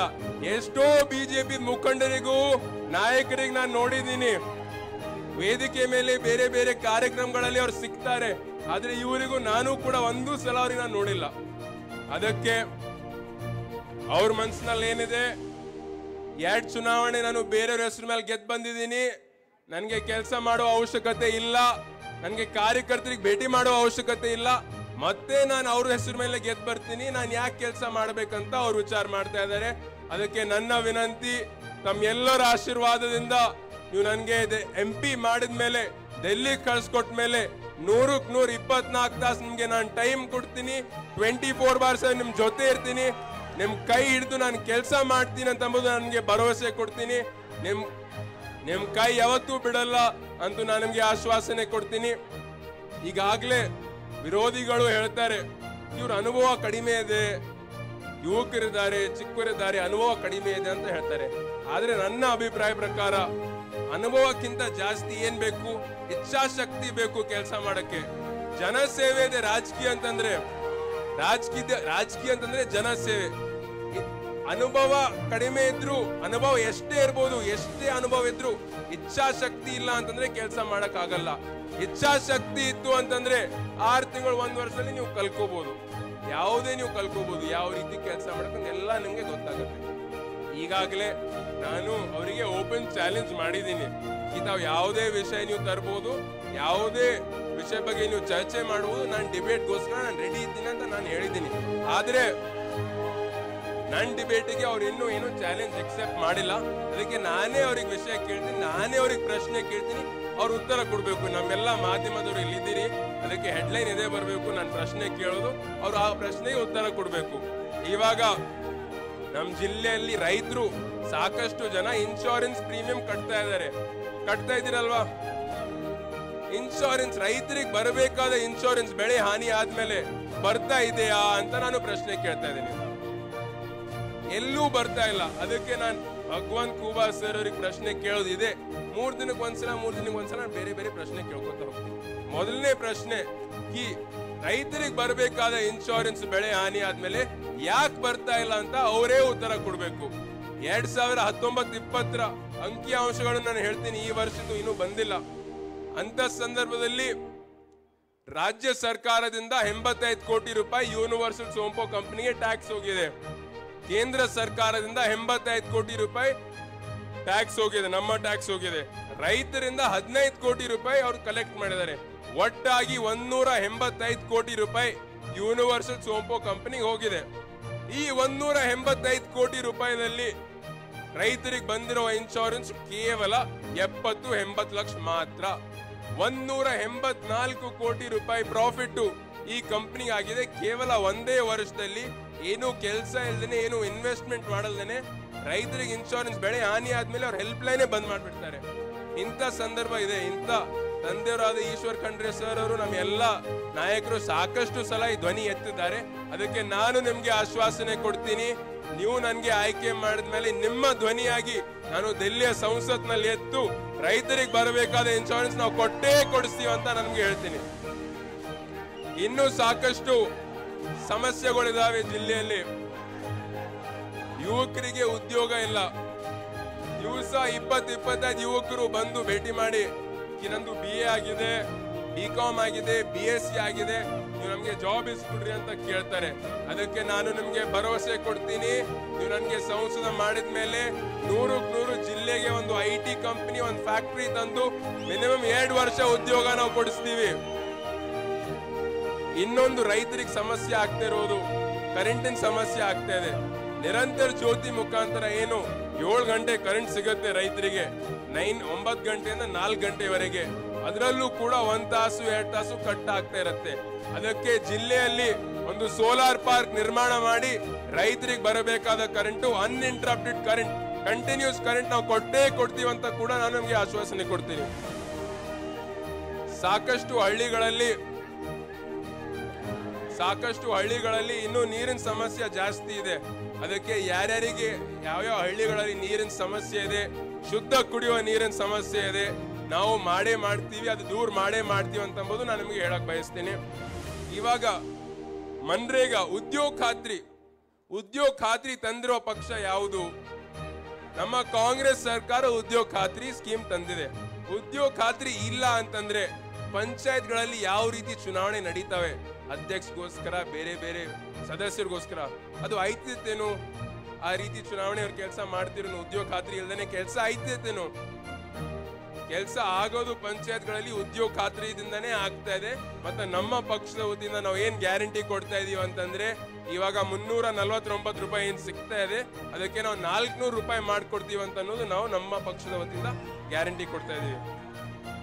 ಇವಾಗ 5 ವರ್ಷ ಏನೇನು ನಮ್ಮ ಪಕ್ಷದ ವತಿಯಿಂದ ನಾವು ಗ್ಯಾರಂಟಿ ಕೊಟ್ಟಿದೀವಿ, ಎಲ್ಲಾ ಗ್ಯಾರಂಟಿ ಕೂಡ ಲಾಗು ಆಗಿದಾವೆ. ಎಲ್ಲ ನಮ್ಮ ತಾಯಂದಿರಿಗೆ ಸಿಗ್ತಾ ಇದೆ. ಅದಕ್ಕೆ ನಾವು ನುಡಿದಂತೆ ನಾವು ನಡೆದಿದ್ದೀವಿ. ಹಿಂದೇನು ನಾವು ಕೆಲಸ ಮಾಡ್ತಾ ಬಂದ್ವಿ, ಮುಂದೇನು ನಾವು ಕೆಲಸ ಮಾಡ್ತೀವಿ. ವೇದಿಕೆ ಮೇಲೆ ಉಪಸ್ಥಿತರಿರುವ ಎಲ್ಲ ನಾಯಕರ ಆಶೀರ್ವಾದ, ಇಲ್ಲಿ ಉಪಸ್ಥಿತರುವ ಎಲ್ಲ ನಮ್ಮ ಪಕ್ಷದ ಮುಖಂಡರು, ಕಾರ್ಯಕರ್ತರು, ಬೀದರ್ ಜಿಲ್ಲೆಯ ಜನತೆಯ ಆಶೀರ್ವಾದ ನನ್ನ ಮೇಲೆ ಇದೆ ಅಂತ ನನಗೆ 100% ನನಗೆ ಗೊತ್ತಿದೆ. ಇವಾಗ एक ही बात मैं बोलता हूँ, मैं ऐसे काम करूंगा मैं बीदर का नाम नूर नूर में रोशन करूंगा। कभी भी ऐसे काम नहीं करूंगा कि आपके सर झुकना पड़ेगा। ऐसे काम करूंगा कि आप सर उठाकर गर्व से बोल सकते हो कि सागर खंड्रे हमारे एमपी है बोलकर। और हमारे देश में इडೀ ದೇಶದಲ್ಲೇ ಎಲ್ಲಕ್ಕಿಂತ ಕಿರಿಯ ವಯಸ್ಸಿನ ಅಭ್ಯರ್ಥಿ ನಾನೇ ಆಗಿದ್ದೀನಿ। ಎಲ್ಲಕ್ಕಿಂತ ಕಿರಿಯ ವಯಸ್ಸಿನ ಅಭ್ಯರ್ಥಿ ನಾನೇ ಆಗಿದ್ದೀನಿ। ಅದಕ್ಕೆ ನಿಮ್ಮ ಆಶೀರ್ವಾದದಿಂದ ನನಗೆ ಡೆಲ್ಲಿ ಕಳಿಸ್ಕೊಟ್ಟ ಮೇಲೆ ನೀವು ಡೆಲ್ಲಿಯಿಂದ ಕಾಶ್ಮೀರದಿಂದ ಕನ್ಯಾಕುಮಾರಿವರೆಗೂ ಯಾರೇ ಕೇಳಿದ್ರು ಈ ಯಂಗೆಸ್ಟ್ ಎಂಪಿ ಎಲ್ಲಕ್ಕಿಂತ ಕಿರಿಯ ವಯಸ್ಸಿನ ಎಂಪಿ ಎಲ್ಲಿಂದಿದ್ದಾರೆ ಅಂತಂದ್ರೆ ಬೀದರ್ ಜಿಲ್ಲೆ ಹೆಸರು ಬರುತ್ತೆ ಅಂತ ನಾನು ನಿಮಗೆ ಆಶ್ವಾಸನೆ ಕೊಡ್ತೀನಿ। ತಾವೆಲ್ಲರೂ ಇಷ್ಟು ಹೆಚ್ಚಿನ ಸಂಖ್ಯೆಯಲ್ಲಿ ಇಷ್ಟು ಬಿಸಿಲಲ್ಲಿ ಬಂದಿದ್ದೀರಿ, ಶೆಕೆ ಆಗ್ತದೆ, ಎಲ್ಲರೂ ನಿಮ್ ಖರ್ಚು ತಗೊಂಡು ಈಗ ಮಾಡ್ತಾ ಇದ್ರಿ। ನಮಗೂ ಎಲ್ಲರಿಗೂ ತಮ್ಮೆಲ್ಲರಿಗೆ ಅವರು ಋಣ ತೀರಿಸಬೇಕು, ತಮ್ಮೆಲ್ಲರಿಗೆ ಕೈ ಜೋಡಿಸಿ ಪ್ರಾರ್ಥನೆ ಮಾಡ್ಕೊಂಡು 10 ಓಟ್ ಹಾಕಿಸ್ಬೇಕು ಬಂದಿನ ಭಾಷಣ ಮಾಡಕ್ ಬಂದಿನಿ ಬಂಧುಗಳೇ। ಇವತ್ತ ನಾನು ಎಲ್ಲ ಕಡೆ ಪ್ರವಾಸ ಮಾಡೀನಿ। ಇಡೀ ಭಾರತ ದೇಶದಲ್ಲಿ ಸಣ್ಣ ವಯಸ್ಸಿನ ಅಭ್ಯರ್ಥಿ ಯಾರು ಮಾಡಲಿಲ್ಲ, ಕಾಂಗ್ರೆಸ್ ಪಕ್ಷದವರು ಮಾಡಿದ್ದಾರೆ। ಕಾಂಗ್ರೆಸ್ ಪಕ್ಷದವರು ಮಾಡಿದ್ದಾರೆ। ಇವತ್ತ ಭಾರತ ದೇಶ ಬೀದರ ಗುಲ್ಬರ್ಗ ನೋಡ್ತಾ ಇದೆ ಬಂಧುಗಳೇ। ಇವತ್ತ ಸಾಕಷ್ಟು ಕೊಡುಗೆ ಕೊಟ್ಟಿದ್ದಾರೆ। ಭೀಮಣ್ಣ ಖಂಡ್ರೆ ಸಾಹೇಬರಾಗಲಿ, ಬಸವರಾಜ್ ಪಾಟೀಲ್ ಆಗಲಿ, ಧರಮ್ ಸಿಂಗ್ ಸಾಹೇಬರಾಗಲಿ, ಮಲ್ಲಿಕಾರ್ಜುನ್ ಖರ್ಗೆ ಹಿರಿಯ ನಾಯಕರಾಗಲಿ ಸಾಕಷ್ಟು ಕೊಡುಗೆ ಕೊಟ್ಟಿದ್ದಾರೆ। ಈ ಭಾಗಕ್ಕೆ ಕತ್ಲಿ ಇತ್ತು, ಬಾಬಾ ಸಾಹೇಬ್ ಅಂಬೇಡ್ಕರ್ ಸಂವಿಧಾನ ಕೊಟ್ಟರು, ಇಡೀ ಭಾರತ ದೇಶಕ್ಕೆ ಸಮಪಾಲು ಸಮಬಾಳು ನ್ಯಾಯ ಕೊಟ್ಟರು। ಆದರೆ ಹೈದರಾಬಾದ್ ಕರ್ನಾಟಕ ಕತ್ಲಿದಲ್ಲಿ ಇತ್ತು। ಈ ಕತ್ಲಿಗೆ ಬೆಳಕು ಹಾಕ್ಬೇಕಂತ ಕೇಸಿ ಧರಮ್ ಸಿಂಗ್ ಸಾಹೇಬರು, ಮಲ್ಲಿಕಾರ್ಜುನ್ ಖರ್ಗೆ ಸಾಹೇಬರು, ಭೀಮಣ್ಣ ಖಂಡ್ರೆ, ಬಸವರಾಜ್ ಪಾಟೀಲ್ ಸಾಹೇಬರು ಚಿಂತನೆ ಮಾಡಿ ನಾನು MLA ಇದ್ದಾಳಾಗ ಈ ಭಾಗದ ಹುಡುಗರಿಗೆ ನೌಕರಿ ಆಗ್ತಾ ಇರಲಿಲ್ಲ, ಮೆಡಿಕಲ್ ಸೀಟ್ ಸಿಗ್ತಾ ಇರಲಿಲ್ಲ, ಇಂಜಿನಿಯರ್ ಸೀಟ್ ಸಿಗ್ತಾ ಇರಲಿಲ್ಲ, ಮೆರಿಟ್ ಮೇಲೆ ಹೋಗ್ತಿತ್ತು ಹಾಸನ, ಮೈಸೂರು, ಮಂಡ್ಯ, ಬೆಂಗಳೂರು। ಇದು ಚಿಂತನೆ ಮಾಡಿ 370 ಜಯ ಮಾಡಿದ್ರು। 370 ಜಯ ಮಾಡಿದ ಬಳಿಕ ಈ ಭಾಗದ ಎಲ್ಲ ಯುವಕರಿಗೆ, ಬಡವರ ಮಕ್ಕಳಿಗೆ ಡಾಕ್ಟರ್ ಆಗ್ತಾ ಇದ್ದಾರೆ, ಇಂಜಿನಿಯರ್ ಆಗ್ತಾ ಇದ್ದಾರೆ, KS ಆಗ್ತಾ ಇದ್ದಾರೆ, ತಹಸೀಲ್ದಾರ್ ಆಗ್ತಾ ಇದ್ದಾರೆ। ಇದು ದೊಡ್ಡ ಉಪಕಾರ ಕಾಂಗ್ರೆಸ್ ಪಕ್ಷದ ಕೊಡುಗೆ ಬಂಧುಗಳೇ। ಅದಕ್ಕಾಗಿ ನಾನು ಬಹಳ ಸಮಯ ತೊಗೊಳ್ಳಲ್ಲ, ಯಾಕಂದ್ರೆ ಇವತ್ತ ಬಾಬಾ ಸಾಹೇಬ್ ಅಂಬೇಡ್ಕರ್, 2ನೇ ಬಾಬಾ ಸಾಹೇಬ್ ಅಂಬೇಡ್ಕರ್ ಮಲ್ಲಿಕಾರ್ಜುನ್ ಖರ್ಗೆ ಸಾಹೇಬರಾಗಿದ್ದಾರೆ। ಇವತ್ತ ಇಂದಿರಾ ಗಾಂಧಿ, ರಾಜೀವ್ ಗಾಂಧಿ, ಸೋನಿಯಾ ಗಾಂಧಿ, ರಾಹುಲ್ ಗಾಂಧಿ ಕುರ್ಚಿ ಮೇಲೆ ಈ ಭಾಗದ ಯಾರೋ ಕೂತಿಲ್ಲ ಭಾರತ ದೇಶದಲ್ಲಿ। ಗುಲ್ಬರ್ಗಾ ಜಿಲ್ಲೆ ಕರ್ನಾಟಕ ಹೆಮ್ಮೆ ಪುತ್ರ ಇವತ್ತು ಮಲ್ಲಿಕಾರ್ಜುನ್ ಖರ್ಗೆ ಸಾಹೇಬರ ಸೀಟಿನ ಮೇಲೆ ಕೂತಿದ್ದಾರೆ। ಇವರು 4 ಮಂದಿ ಪ್ರಮುಖರ ಹೆಸರು ತೊಗೊಂಡಿನಿ। ಇವರಿಗೆ ಶಕ್ತಿ ಬರಬೇಕು, ಇವರಿಗೆ ಬಲ ಕೊಡಬೇಕಾದ್ರೆ ನಾವು ಸಾಗರ್ ಖಂಡ್ರಿಗೆ ಹೆಚ್ಚಿನ ಮತದಿಂದ ಆರಿಸಿ ಕಳಿಸ್ಬೇಕಾತ ಬಂಧುಗಳೇ। ಇವತ್ತು 8 ಕ್ಷೇತ್ರದಿಂದ ಆಳಂದ, ಚಿಂಚೋಳಿ BR ಪಾಟೀಲ್ ಬಂದಿದ್ದಾರೆ। BR ಪಾಟೀಲ್ ಕಣ್ಣು ಕೊಟ್ರೆ ಪೂರಾ ಕಣ್ಣು ತೆರೆದಕ್ಕೆ ಕಲ್ಯಾಣ ಕರ್ನಾಟಕ ಬೆಳಕು ಬೀಳ್ತದ ನಂಗೆ ವಿಶ್ವಾಸ ಅದ। ಯಾಕಂದ್ರೆ ಆಳಂದ ಏನಿತ್ತಪ್ಪ ಅಂದ್ರೆ ಅಣ್ಣಾರಾವ್ ಎಕಡೆ ಆಳಂದಿತ್ತು। ನನಗೂ ಕೂಡ ಆಶೀರ್ವಾದ ಮಾಡಿ ನನ್ನ ಪಾಲಿಗೆ 2ನೇ ದೇವರಿದ್ದಾರ। ಇವತ್ತು ಸಾಗರ್ ಖಂಡ್ರೆಗೆ ನೀವು ಆಶೀರ್ವಾದ ಮಾಡಿ ಪಾರ್ಲಿಮೆಂಟ್ ಕಳೆದ್ರೆ ಫಸ್ಟ್ ಟೈಮ್ ಒಳಗೆ ಅವ್ರಿಗೆ ಬಿಡಲ್ಲ, ಯಾವ ಸಂಸದ ಅಲ್ಲ ಅಂತಾರ। ಅದು ನಾನು ಅನುಭವ ಹೇಳ್ತಾ ಇದ್ದೀನಿ। ನನ್ನ ಕ್ಯಾಮ್ರಿ ಹಂಗೆ ಶಿವಾಚಾಪ್ ಧೋತ್ರಿದ್ದು ಬಾರ್ಕೋದ್ ಹೆಗಲ ಮೇಲೆ ಗಾಯ ಇತ್ತು, MLA ಮಾಡಿದ್ರು, ವಿಧಾನಸಭೆ ಸೇರ್ಕೊಟ್ಟಿಲ್ಲ ನಮ್ಮ ಪೊಲೀಸರು ದಡ ನುಗ್ಗಿಸ್ತಿರು, ನೀ ಯಾವ್ದು MLA ಅಂತ। ಶಂಕರರಾವ್ ಪಾಟೀಲ್ ಬಂದು MLA ಆಗ್ಯಾರ, 2 ವರ್ಷ ಪೊಲೀಸ್ ನೋಡ್ಯಾನ। ಹಂಗ ನಮ್ಮ ಸಾಗರದಾಗ ಇವತ್ತು ಸಾಗರಕ್ಕೆ ಅಭ್ಯರ್ಥಿ ಆಗ್ಯಾರ, ಪಾರ್ಲಿಮೆಂಟ್ದಾಗ ಎಲ್ಲ ನಿಗಾ ಮಾಡ್ತಾರೆ ಇವ್ರಿಗೆ। ಅಂಥ ಸಣ್ಣ ವಯಸ್ಸಾಗ ಸಂಸದ ಆಗ್ಯಾರ ಅಂತ ಕೇಸಿ ಅಂಥ ಚಮತ್ಕಾರ ತಾವು ಬೀದರ್ ಜಿಲ್ಲೆ ಎಲ್ಲ ಕ್ಷೇತ್ರದ ಕಾರ್ಯಕರ್ತರು ಮಾಡ್ತೀನಿ ಎಂಬ ಮಾತನ್ನು ಕೂಡ ಹೇಳ್ತೀನಿ। ನಾ 2 ಮಾತು ಹೇಳಿ ನಾನು ಮಾತು ಮುಗಿಸ್ತೀನಿ। ಹಿರಿಯ ನಾಯಕರು ಮಾತಾಡೋರಿದ್ದಾರೆ, ನಾನು ಭಾಷಣಕರಲ್ಲ, ಓದಬಾರ್ದು, ಪಂಡಿತ್ ಅಲ್ಲ, ವಿದ್ಯಾಬಲ ಇಲ್ಲ, ಹಣ ಬಲ ಇಲ್ಲ, ಜನರ ಬಲದಿಂದ 4 ಬಾರಿ MLA ಆಗಿ 2 ಬಾರಿ ಕ್ಯಾಬಿನೆಟ್ ಮಂತ್ರಿ ಮಾಡಿರಿ। ನಿಮ್ಮ ಉಪಕಾರ, ನಿಮ್ಮ ಋಣ ಇದೆ। ಆದರೆ 2 ಗ್ಯಾರಂಟಿ ಅವ, ಕಾಂಗ್ರೆಸ್ ಗ್ಯಾರಂಟಿ ಒಂದು, ನರೇಂದ್ರ ಮೋದಿ ಗ್ಯಾರಂಟಿ ಒಂದು। ಕಾಂಗ್ರೆಸ್ ಗ್ಯಾರಂಟಿ ಉದಾಹರಣೆ ಆದದ್ದು ಹೇಳ್ತೀನಿ, ಭಾಷಣ ಮಾಡ್ತಾ ಇಲ್ಲ। ನಮ್ಮ ಪಕ್ಕದಲ್ಲಿ ಮನೆ ಇತ್ತು, ಅವ್ರಿಗೆ ತಿಂಗಳ 2,000 ರೂಪಾಯಿ ಬರ್ತೀವಿ, ಮಗನ ಲಗ್ನ ಅಂತ ಕೇಸಿ ರೊಕ್ಕನೇ ಎತ್ತಿಲ್ಲ ಅವರು। ಮೊನ್ನ 10,000 ಎತ್ತಿ ಅವರು ಮಗನ ಲಗ್ನ ಮಾಡಿದ್ರು। ಮೋದಿ ಗ್ಯಾರಂಟಿ ಹ್ಯಾಂಗದ ಅಂದ್ರೆ ಹಿರಿಯರು ಹೇಳಿದ ಮಾತು ಹೇಳ್ತೀನಿ, ನಾ ಹೇಳ್ತಾ ಇಲ್ಲ। ಒಬ್ಬ ಭಕ್ತಿವಾನ ಪೂಜಾ ಮಾಡ್ತಾ ಇದ್ದಂತ ಪೂಜೆ ಮಾಡೋ ಟೈಮಿಗೆ ಬೆಕ್ಕು ಬಂದು ಅಡ್ಡ ಬರ್ತಿರ್ತದ, ಬೆಕ್ಕು ಬಂದು ಅಡ್ಡ ಬರೋಣ ಕಟ್ಟಾಕದ ಬೆಕ್ಕಿಗೆ ಕಟ್ಟಾಕಿ ಪೂಜೆ ಮಾಡಿ ಟೈಮ್ ಆಗದಂತ ಕಾಶಿಗೆ ಹೊಂಟು ಅದ. 2-3 ದಿನ ಕಾಶಿಗೆ ಹೋಗಿ ಬರತ್ತಾನ ಬೆಕ್ಕಿಗೆ ಕಟ್ಟಿದ. ಆ ಬೆಕ್ಕು ಏನು ಮಾಡಿತ್ತಂದ್ರೆ ಹಳ್ಳಿ ದೀಪಾಸ ಹಳ್ಳಿ ಇತ್ತು, ನನ್ನ ಬೆಣ್ಣೆ ಅದ, ನಾ ಬೆಣ್ಣೆ ತಿನ್ಬೇಕು ಜೀವ ಇಟ್ಕೊಂಡು ಕೂತಿದ್ದದ್ದು, ಅದು ಹಂಗೇ ಕುಂತಿದ್ದ ಪಾಪ. ಅವ ಬಂದು ನೋಡಿದ್ರೆ ಯಪ್ಪೋ ಎಂಥ ಪಾಪದ ಕೆಲಸ ಮಾಡ್ದಂದು ಕಸಿ ಆ ಬೆಕ್ಕಿಗೆ ಬಿಟ್ಟ. ಆ ಬಿಟ್ಟುಗಳಿಗೇನೆ ಬೆಕ್ಕೇನು ಮಾಡ್ತು, ಬೆಣ್ಣಿದ ದನ ನನ್ನ ಓಡೋಗಿ ಹಳ್ಳಿ ಮೇಲೆ ಮುಖ ಇಡ್ತು, ಹಳ್ಳಿ ಇತ್ತು, ಸತ್ತು ಹೋಯ್ತಂತ. ಇದು ಮೋದಿ ಗ್ಯಾರಂಟಿ, ಸಹಾಯ ಗ್ಯಾರಂಟಿ, ಮೋದಿ ಗ್ಯಾರಂಟಿ. ಅದು ಕಾಂಗ್ರೆಸ್ ಗ್ಯಾರಂಟಿ, ಪರ್ಮನೆಂಟ್ ಗ್ಯಾರಂಟಿ. ನೀವೆಲ್ಲರೂ ಕೈ ಜೋಡಿಸಿ ಪ್ರಾರ್ಥನೆ ಮಾಡ್ತೀನಿ. ಇವತ್ತು ಮರಾಠ ಸಮಾಜ ಬಂದಿರ್ಬೋದು, ಎಲ್ಲ ಸಮಾಜ ಬಂದಿರಬೇಕು, ನಮ್ಮ ಬಂಜಾರ ಸಮಾಜ ಬಂದಿರಬೇಕು. ಬಂಜಾರ ಸಮಾಜದವ್ರಿಗೆ ನಾನು ಪ್ರಾರ್ಥನೆ ವಿನಂತಿ ಮಾಡ್ಕೋತೀನಿ, ತಾವೆಲ್ಲ ಜ್ಞಾನವಿದ್ದೀರಿ, ಬುದ್ಧಿಜೀವಿ ಇದ್ದೀರಿ. ಮೊನ್ನೆ 40-60 ಪ್ಲಾಟ್ ಕೊಟ್ಟರು, ಪ್ರಧಾನಮಂತ್ರಿ ಕೈಲಿ ಜನತಾ ಸರ್ಕಾರ ಇದು ಬೊಮ್ಮಾಯಿ ಸರ್ಕಾರ ಕೊಡಿಸ್ತು. ನಮ್ಮ ಅಪ್ಪನ ಜಾಗ, ನಮ್ಮ ಮುತ್ತನ ಜಾಗ, ನಮ್ದು ಒಂದೊಂದು ಫೀಟ್ ಬೇಕು. ಆಕಳ ಕುರಿ ದನಗಳು ಕಟ್ಟೋದು ಅದ 30-40 ನಮ್ಮ ಪ್ಲಾಟ್ ಕೊಡ್ತಾರ. ಮೋಸ ಮಾಡಂತ BJP ಅದ. ಆ ತತ್ವ ಸಿದ್ಧಾಂತ ಅದಕ್ಕೆ ಒಪ್ಪಬೇಡ್ದು. ಕಾಂಗ್ರೆಸ್ ಪಕ್ಷಕ್ಕೆ ತತ್ವ ಸಿದ್ಧಾಂತ ಒಪ್ಪಿ ಯುವಕರಾದಂಥ ನಮ್ಮ ಪಕ್ಷದ ಅಭ್ಯರ್ಥಿ ಆದಂಥ ಸನ್ಮಾನ್ಯ ಶ್ರೀ ಸಾಗರ್ ಖಂಡ್ರೆ ಅವರೇ, ಈ ಸಮಾರಂಭವನ್ನು ಉದ್ಘಾಟನೆ ಮಾಡಿರ್ತಕ್ಕಂಥ ಹಿರಿಯರು, ಮುಖ್ಯಮಂತ್ರಿಗಳ ಸಲಹೆಗಾರರು ಮತ್ತು ಆಳಂದಿನ ಶಾಸಕರಾದಂಥ ಸನ್ಮಾನ್ಯ ಶ್ರೀ BR ಪಾಟೀಲ್ ಜಿ ಅವರೇ, ಇನ್ನೊಬ್ಬ ಮಾಜಿ ಸಚಿವರಾದಂಥ PGR ಶಿಂದೇಜಿ ಅವರೇ, ನಮ್ಮ ವಿಶೇಷವಾಗಿ ಹೊಸದಾಗಿ ಕಾರ್ಯಾಧ್ಯಕ್ಷರು ನನ್ನ ಮಿತ್ರರಾದಂಥ ವಸಂತ್ ಕುಮಾರ್ ಅವರೇ, ಭಾಲ್ಕಿ ಕ್ಷೇತ್ರದ ಶಾಸಕರು, ಮಂತ್ರಿಗಳು, ಮಿತ್ರರಾದಂಥ ಈಶ್ವರ್ ಖಂಡ್ರೆ ಅವರೇ, ಇನ್ನೊಬ್ಬ ಮಿತ್ರರಾದಂಥ ಮಂತ್ರಿಗಳಾದಂಥ ರಹೀಂ ಖಾನ್ ರವರೇ, ಅದರ ಜೊತೆಯಲ್ಲಿ ನನ್ನ ಸ್ನೇಹಿತರಾದಂಥ ಅಜಯ್ ಸಿಂಗ್ ರವರೇ, ಅಲ್ಲಂಪ್ರಭು ಪಾಟೀಲ್ ರವರೇ, ವಿಧಾನ ಪರಿಷತ್ತಿನ ಸದಸ್ಯರುಗಳಾದಂಥ ಚಂದ್ರಶೇಖರ್ ಪಾಟೀಲ್ ರವರೇ, ಭೀಮರಾವ್ ಪಾಟೀಲ್ ರವರೇ, ಅರವಿಂದ್ ಕುಮಾರ್ ಅರಳಿ ಅವರೇ, ಹಿರಿಯರಾದಂಥ ಮಾಜಿ ಮುಖ್ಯಮಂತ್ರಿಗಳ ಸುಪುತ್ರರಾದಂಥ ಕೈಲಾಸ್ ಪಾಟೀಲ್ ರವರೇ, ವಿಜಯ್ ಸಿಂಗ್ ರವರೇ, ಧನರಾಜ್ ತಾಳಂಪಳ್ಳಿ ಅವರೇ, ಆನಂದ್ ದೇವಪ್ಪನವರೇ, ಇನ್ನೂ ವೇದಿಕೆ ಮೇಗಿದ್ದಂಥ ಎಲ್ಲ ನನ್ನ ಪಕ್ಷದ ಮುಖಂಡರೇ, ಮಂಟೂರ್ ಸಾಗರ್ ಇದ್ದಾರ, ರೇವು ನಾಯಕ್ ಅವರಿದ್ದಾರ, ನಮ್ಮ ಚುಂಚೋಳಿ, ಇವತ್ತು ಅನೇಕ ಜನ ವೇದಿಕೆ ಮೇಲೆ ಸಂಜಯ್ ಜಾಗೀರ್ದಾರ್ ಹಿಡ್ಕೊಂಡು ಇವತ್ತು ಅವೆಲ್ಲ ಸೇರಿದ್ರಿ. ಯಾಕಂದ್ರೆ ಸಮಯ ಬಹಳ ಆಗಿದೆ.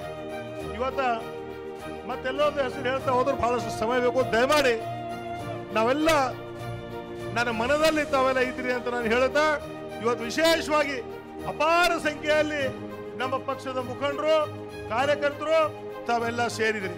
ಅದ್ರ ಜೊತೆಯಲ್ಲಿ ಮಾಧ್ಯಮದ ಎಲ್ಲ ನನ್ನ ಸ್ನೇಹಿತರೆ, ಇವತ್ತು ವಿಶೇಷವಾಗಿ ತಾವು ನೋಡಿದ್ರಿ, ಇವತ್ತು ದೇಶದ ಬಗ್ಗೆ, ರಾಜ್ಯದ ಬಗ್ಗೆ ಅನೇಕ ವಿಚಾರಗಳು BR ಪಾಟೀಲ್ ಸಾಹೇಬರು ಒಳಗೊಂಡು, ಅದರ ಜೊತೆಯಲ್ಲಿ ಸನ್ಮಾನ್ಯ ಶ್ರೀ ಶಿಂದೇಜಿಯವರು ಅನೇಕ ಜನ ಇವತ್ತು ವಿಚಾರಗಳು ಹೇಳಿದ್ದಾರೆ.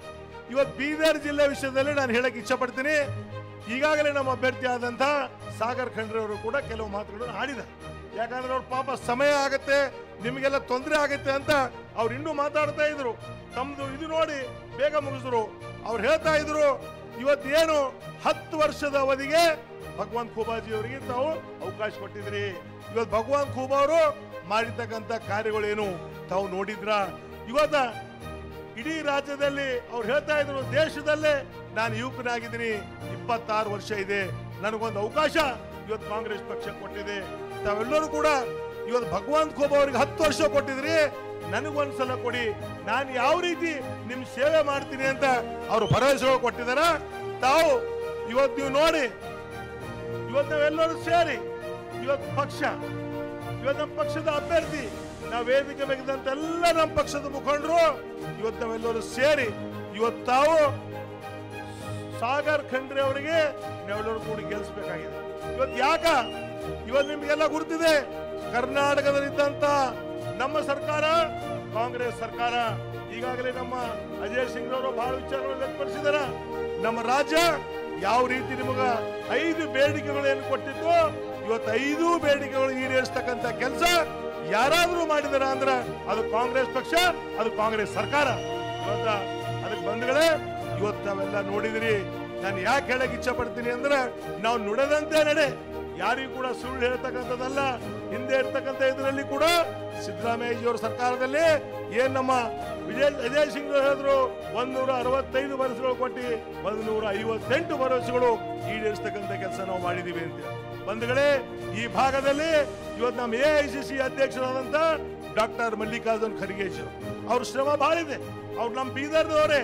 ಅದು ವಿಶೇಷವಾಗಿ ಭಾಲ್ಕಿ ಮತಕ್ಷೇತ್ರ ಹೊರವಟ್ಟಿ ಕೆ ಗ್ರಾಮದವರು ಇವತ್ತು ನಮ್ಮ ಆಲ್ ಇಂಡಿಯಾ ಕಾಂಗ್ರೆಸ್ ಕಮಿಟಿ ಅಧ್ಯಕ್ಷರಾಗಿದ್ದಾರೆ. ಇವತ್ತು ಅವ್ರ ಕೊಡುಗೆ ಬಹಳ ಅಪಾರವಾದಂತ ಕೊಡುಗೆ ಇದೆ. ಇವತ್ತು ಆರ್ಟಿಕಲ್ 371 ಮಾಡಿ ಇವತ್ತು ನಿಮ್ಗೆಲ್ಲ ಗುರ್ತಿದೆ ಯಾವ ರೀತಿ ನಮ್ಮ ಮಕ್ಕಳಿಗೆ ಯಾವ ರೀತಿ ಉಪಯೋಗ ಆಗ್ತಾ ಇದೆ. ಇವತ್ತು ಬೇರೆ ಬೇರೆ ಇದರಲ್ಲಿ ಇವತ್ತು ಎಲ್ಲ ಇದರಲ್ಲಿ ಬಹಳಷ್ಟು ಅದರಿಂದ ನಮ್ಗೆ ಒಳ್ಳೇದಾಗ್ತಾ ಇದೆ. ಇವತ್ತು 700ರಿಂದ 800 ಡಾಕ್ಟರ್ಸ್ ಇವತ್ತು MBBS ಹೋಗ್ತಕ್ಕಂಥದ್ದು ಎಲ್ಲಾದ್ರೂ ಸಿಗ್ತಾ ಇದೆ ಅಂದ್ರೆ ಇದು ನಮ್ಮ ಕಲ್ಯಾಣ ಕರ್ನಾಟಕ, ಹೈದರಾಬಾದ್ ಕರ್ನಾಟಕ ಅಂತೇಳಿ. ಇವತ್ತು ತಾವು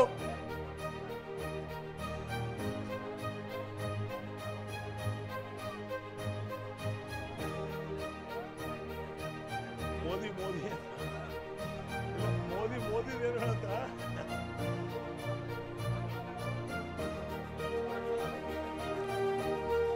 ಅದರ ಸಲುವಾಗಿ ತಾವೆಲ್ಲರೂ ಇವತ್ತು ಒಗ್ಗಟ್ಟಾಗಿ ಇವತ್ತು 8 ಮತಕ್ಷೇತ್ರದಿಂದ ಅಪಾರ ಸಂಖ್ಯೆಯಲ್ಲಿ ಜನ ಸೇರಿದ್ರು.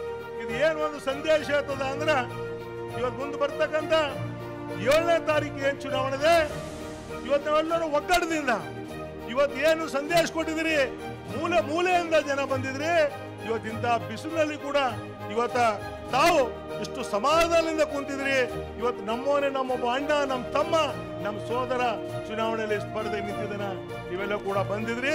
ನಿಮ್ಗೆಲ್ಲರಿಗೆ ಕೋಟಿ ಕೋಟಿ ನಾನು ಅಭಿನಂದನೆಗಳು ಸಲ್ಲಿಸ್ತೀನಿ. ಯಾಕಂದ್ರೆ ನಾವೆಲ್ಲರೂ ಸೇರಿ ನಮ್ಮೆಲ್ಲರ ಜವಾಬ್ದಾರಿ ಇದೆ. ಇವತ್ತು ಪಕ್ಕದ ಜಿಲ್ಲೆಯರಾದಂತ ಮಲ್ಲಿಕಾರ್ಜುನ್ ಖರ್ಗೆಜಿಯವರು ಇವತ್ತು ನಮ್ಮ AICC ಅಧ್ಯಕ್ಷರು. ಇವತ್ತು ಈ ಭಾಗದಲ್ಲಿ ಇವತ್ತು ಬೀದರ್ ಇರ್ಬೋದು, ಗುಲ್ಬರ್ಗ ಇರ್ಬೋದು, ರಾಯಚೂರು ಇರ್ಬೋದು, ಕೊಪ್ಪಳ ಇರ್ಬೋದು, ಇವತ್ತು ಬಾಗಲಕೋಟೆ ಇರ್ಬೋದು, ಇವೆಲ್ಲ ಕ್ಷೇತ್ರದಲ್ಲಿ ಇವತ್ತು ಕಾಂಗ್ರೆಸ್ ಪಕ್ಷ ಗೆಲ್ಲೇಬೇಕಾಗಿದೆ. ಇವತ್ತು ಆ ದೃಷ್ಟಿಯಿಂದ ತಾವೆಲ್ಲರೂ ಸೇರಿ ಇವತ್ತು ಈಗಾಗಲೇ PGR ಶಿಂದೆ ಅವರು ಹೇಳಿದ್ರು, ನಮ್ಮೆಲ್ಲರ ಒಕ್ಕಲಿಂದ ಇವತ್ತು ಸಾಗರ್ ಖಂಡ್ರೆ ಅವರು ನಮ್ಮ ಪಕ್ಷದ ಅಭ್ಯರ್ಥಿ ಆಗಿದ್ದಾರೆ. ಯಾರು ಕೂಡ ಅವರು ಇವರು ಎಂಬ ಭಾವನೆ ಇಲ್ಲ. ನಾವೆಲ್ಲರೂ ಸೇರಿ ಇವತ್ತು ಈಶ್ವರ್ ಖಂಡ್ರೆ ಅವರು, ರಹೀಂ ಖಾನ್ ಅವರು, ನಾನು, ಚಂದ್ರಶೇಖರ್ ಪಾಟೀಲ್ ರವರು, ವಿಜಯ್ ಸಿಂಗ್ ರವರು, ಭೀಮರಾವ್ ಪಾಟೀಲ್ ರವರು ನಾವೆಲ್ಲರೂ ಜೊತೆ ಸೇರಿ ನಾವು ಕೂಡಿ ಚರ್ಚೆ ಮಾಡಿ ಇವತ್ತು ಸಾಗರ್ ಖಂಡ್ರೆ ಅವರಿಗೆ ನಮ್ಮ ಪಕ್ಷದ ಅಭ್ಯರ್ಥಿ ಆಗ್ತಕ್ಕಂಥ ಕೆಲಸ ಆಗಿದೆ. ಬಂಧುಗಳೇ, ಅದಕ್ಕೆ ದಯಮಾಡಿ ತಾವೆಲ್ಲರೂ ಸೇರಿ ನಾವು ನಿನ್ನೆ ಕೂಡ ಹುಮ್ನಾಬಾದಲ್ಲಿ ಒಂದು ಕಾರ್ಯಕರ್ತರ ಸಭೆ ಕೂಡ ಮಾಡಿದ್ವಿ. ಬಹಳ ಒಳ್ಳೆ ರೀತಿಯಿಂದ ನಮ್ಮ ಪಕ್ಷದ ಮುಖಂಡರು ಅಲ್ಲಿ ಕೂಡ ಸಾಕಷ್ಟು ಸಂಖ್ಯೆಯಲ್ಲಿ ಸೇರಿದ್ರು. ಇವತ್ತು ನೀವು ಏನ್ ಸೇರಿದ್ರಿ, ಇದೇ ಹುರುಪು ಬರ್ತಕ್ಕಂಥ ಈಗ ಇದೇ ಹುರುಪು ನಿಮ್ಗೆ ಬರ್ತಕ್ಕಂಥ 7ನೇ ಮೇವರೆಗೆ ಈ ಹುರುಪು ಇರಬೇಕಾಗಿದೆ. ಇವತ್ತು ಸಾಗರ್ ಖಂಡ್ರೆ ಅವರು ಇವತ್ತು ನಿಮ್ ಜೊತೆಲಿ ಹೇಳಿದಾರೆ, ಪಾಪ ಅವ್ರು ಯಾವ ರೀತಿ ಕಾರ್ಯನಿರ್ವಹಣೆ ಮಾಡ್ತಾರ, ಯಾವ ರೀತಿ ಕೆಲಸಗಳು ಮಾಡ್ತಾರ, ಅವ್ರ ವಿಷನ್ ಏನಿದೆ ಎಂಬುದು ಕೂಡ ನಿಮ್ಮ ಎದುರು ಹಂಚ್ಕೊಂಡಿದ್ದಾರೆ. ಇವತ್ತು ನಾವಿದೀವಿ ಅವ್ರ ಜೊತೆಯಲ್ಲಿ. ಈಶ್ವರ್ ಖಂಡ್ರೆ ಅವರು ಇದ್ದಾರ, ನಾನಿದ್ದೀನಿ, ರಹೀಂ ಖಾನ್ ಇದ್ದಾರ. ನಾವೇನೇ ಇದ್ರು ಕೂಡ ಸಾಗರ್ ಖಂಡ್ರೆ ಅವ್ರ ಜೊತೆಯಲ್ಲಿ ನಾವೆಲ್ಲರೂ ಕೂಡಿ ಕೆಲಸ ಮಾಡ್ತಕ್ಕಂಥದ್ದಲ್ಲಿ ನಾವು ತೊಡಗ್ತೀವಿ. ಅದಕ್ಕೆ ದಯಮಾಡಿ ಬರ್ತಕ್ಕಂಥ, ಯಾಕಂದ್ರೆ ಸಮಯ ಆಗಿದೆ, ಸಾವಿರಾರು ಓಟ್ಲಿಂದ ಅವ್ರು ಗೆದ್ದಿದ್ದಾರೆ. ಮತ್ತೆ ಒಂದು ಎಕ್ಸಾಂಪಲ್ ಹೇಳ್ತೇನೆ ತಮ್ಗೆ. ನಮ್ಮ ಸಾಗರ್ ಖಂಡ್ರೆ ತಮ್ಮೆಲ್ಲರಿಗೆ ಗೊತ್ತಿರ್ಬೋದು, ಅವ್ರು ಒಬ್ಬರು ಯುದ್ಧ ಇದ್ದಾರೆ, ನೌಜವಾನ್ ಇದ್ದಾರೆ. ಇಲ್ಲಿ ಚಿಕ್ಕ ವಯಸ್ಸಂತ ಬರಲ್ಲ. ಯಾಕಂದ್ರೆ SP DC ಆಗ್ಬೇಕಂದ್ರು 25 ವರ್ಷ ಒಳಗೆ ಆಗ್ಬೇಕು. SP DC 25 ವರ್ಷನಲ್ಲೇ ಒಳಗೆ ಆಗ್ತಾರಂದ್ರು ನಮ್ಮ MP ಯಾಕೆ ಆಗ್ಬಾರ್ದು? ಮತ್ತೆ ನಮ್ಮ ದೇಶ ರಕ್ಷಾ ಮಾಡ್ಲಿಕ್ಕೆ 26 ವರ್ಷನಲ್ಲಿ ಹೋಗ್ತಾರೆ ಬಾರ್ಡರ್ನಲ್ಲಿ. ಮತ್ತೆ ಇವರು ಭಾರತದಲ್ಲಿ ನಂಬರ್ 1 कॉलेज, हमारे देश में एक नंबर 1 कॉलेज है, इंटरनेशनल पूरे वर्ल्ड से बच्चे पढ़ने आते हैं. बेंगलुरु में क्राइस्ट कॉलेज, क्राइस्ट यूनिवर्सिटी पूरे वर्ल्ड में सबसे टॉप यूनिवर्सिटी आने के से पूरे वर्ल्ड के लोग आते हैं. वहां पे एडमिशन नहीं मिलता, इतना रिकमेंड चलता है, इतना रिकमेंड, इतना परसेंटेज. वो कॉलेज से आप वकील की डिग्री, लॉयर की डिग्री पास किए, ये क्या मामूली बात है? और पार्लियामेंट में क्या होना, पार्लियामेंट में कानून जानने वाला होना, संविधान जानने वाला होना, पार्लियामेंट में बात होना है बोलो तो बहुत ही नॉलेज वाला होना, वो सागर खंडरे। और सुप्रीम कोर्ट के रिटायर्ड जजेस, सुप्रीम कोर्ट के टॉप लॉयर के हाथ के नीचे काम किए, प्रैक्टिस किए, और इनके ब्लड में ये जो सेवा है लोगों की, ये जो पॉलिटिक्स है, दादा परदादा पिताजी से पूरे घर में भरपूर, और क्या चाहिए उनको? तो ये लोग अभी डर गए हैं। इस बार हर गांव में, हर पंचायत में, कहीं भी जाके पूछ लो, आप किसी को भी पूछ लो, हम नहीं बोल रहे, जहां पे भी जाओ सागर खंडरे का नाम ले रहे, क्योंकि सागर खंडरे अभी काम करने वाले। और मैं बताता हूं एमपी क्या होते हैं, दो एग्जांपल बता के खत्म करता हूं। अभी ईश्वर खंडरे बात कर रहे हैं, एमपी क्या होता है मैं बताता हूं। बिदर की जनता, आज पूरे बिदर डिस्ट्रिक्ट की जनता ट्रेन में शाम में जब बिदर टू बेंगलुरु ट्रेन जाती है, बिदर टू हैदराबाद इंटरसिटी जाती है, बिदर टू गुलबर्गा ट्रेन जाती है, जब बैठे को सोचना चाहिए 25 साल से बिदर की जो ट्रेन थी दिन में 12 बजे जाके कल सुबह पहुंचती थी बेंगलुरु को। तो धर्म सिंह यहाँ पे एमपी थे, धर्म सिंह साहब पूरे एमएलए को लेके दिल्ली गए। सर बिदर की जनता, बिदर के एमएलए, बिदर के पॉलिटिशियन 25 साल से ये कोशिश कर रहे हैं बिदर की ट्रेन की टाइमिंग चेंज करो, बोल 12 बजे के बदले 6 बजे बोल के। हमारे धर्म सिंह साहब हम सब मिलके खरगे साहब से बात किए, तो खरगे साहब पूरा सुनने के बाद बोले कि आप 15 दिन छोड़ के आना बोल के। तो हम 15 दिन के बाद फिर गए खरगे साहब के पास धर्म सिंह के नेतृत्व में। तो खरगे साहब ये बोले कि आपको ट्रेन की टाइमिंग चेंज होना या नया ट्रेन दो आपके लिए, स्पेशल ट्रेन बोल के। तो ये धर्म सिंह साहब, ये खरगे साहब का काम, ये एमपी का काम हो, एक नया 2-3 ट्रेन मिल गए। कर्नाटक में तो बहुत डाले, इंडिया में तो बहुत डाले नो। खरगे साहब 2 साल लेबर मिनिस्टर थे, 2000 का हॉस्पिटल बनाए, ईएसआई हॉस्पिटल, यूनिवर्सिटी रोड, आप देख लो गुलबर्गे में। यहां पे धर्म सिंह साहब एमपी थे, बिदर टू बेंगलुरु रोड, जो रोड पे जा रहे हैं, रोड बनी हुई है, मेडिकल कॉलेज बना हुआ है, वेटरनरी यूनिवर्सिटी बनी हुई है।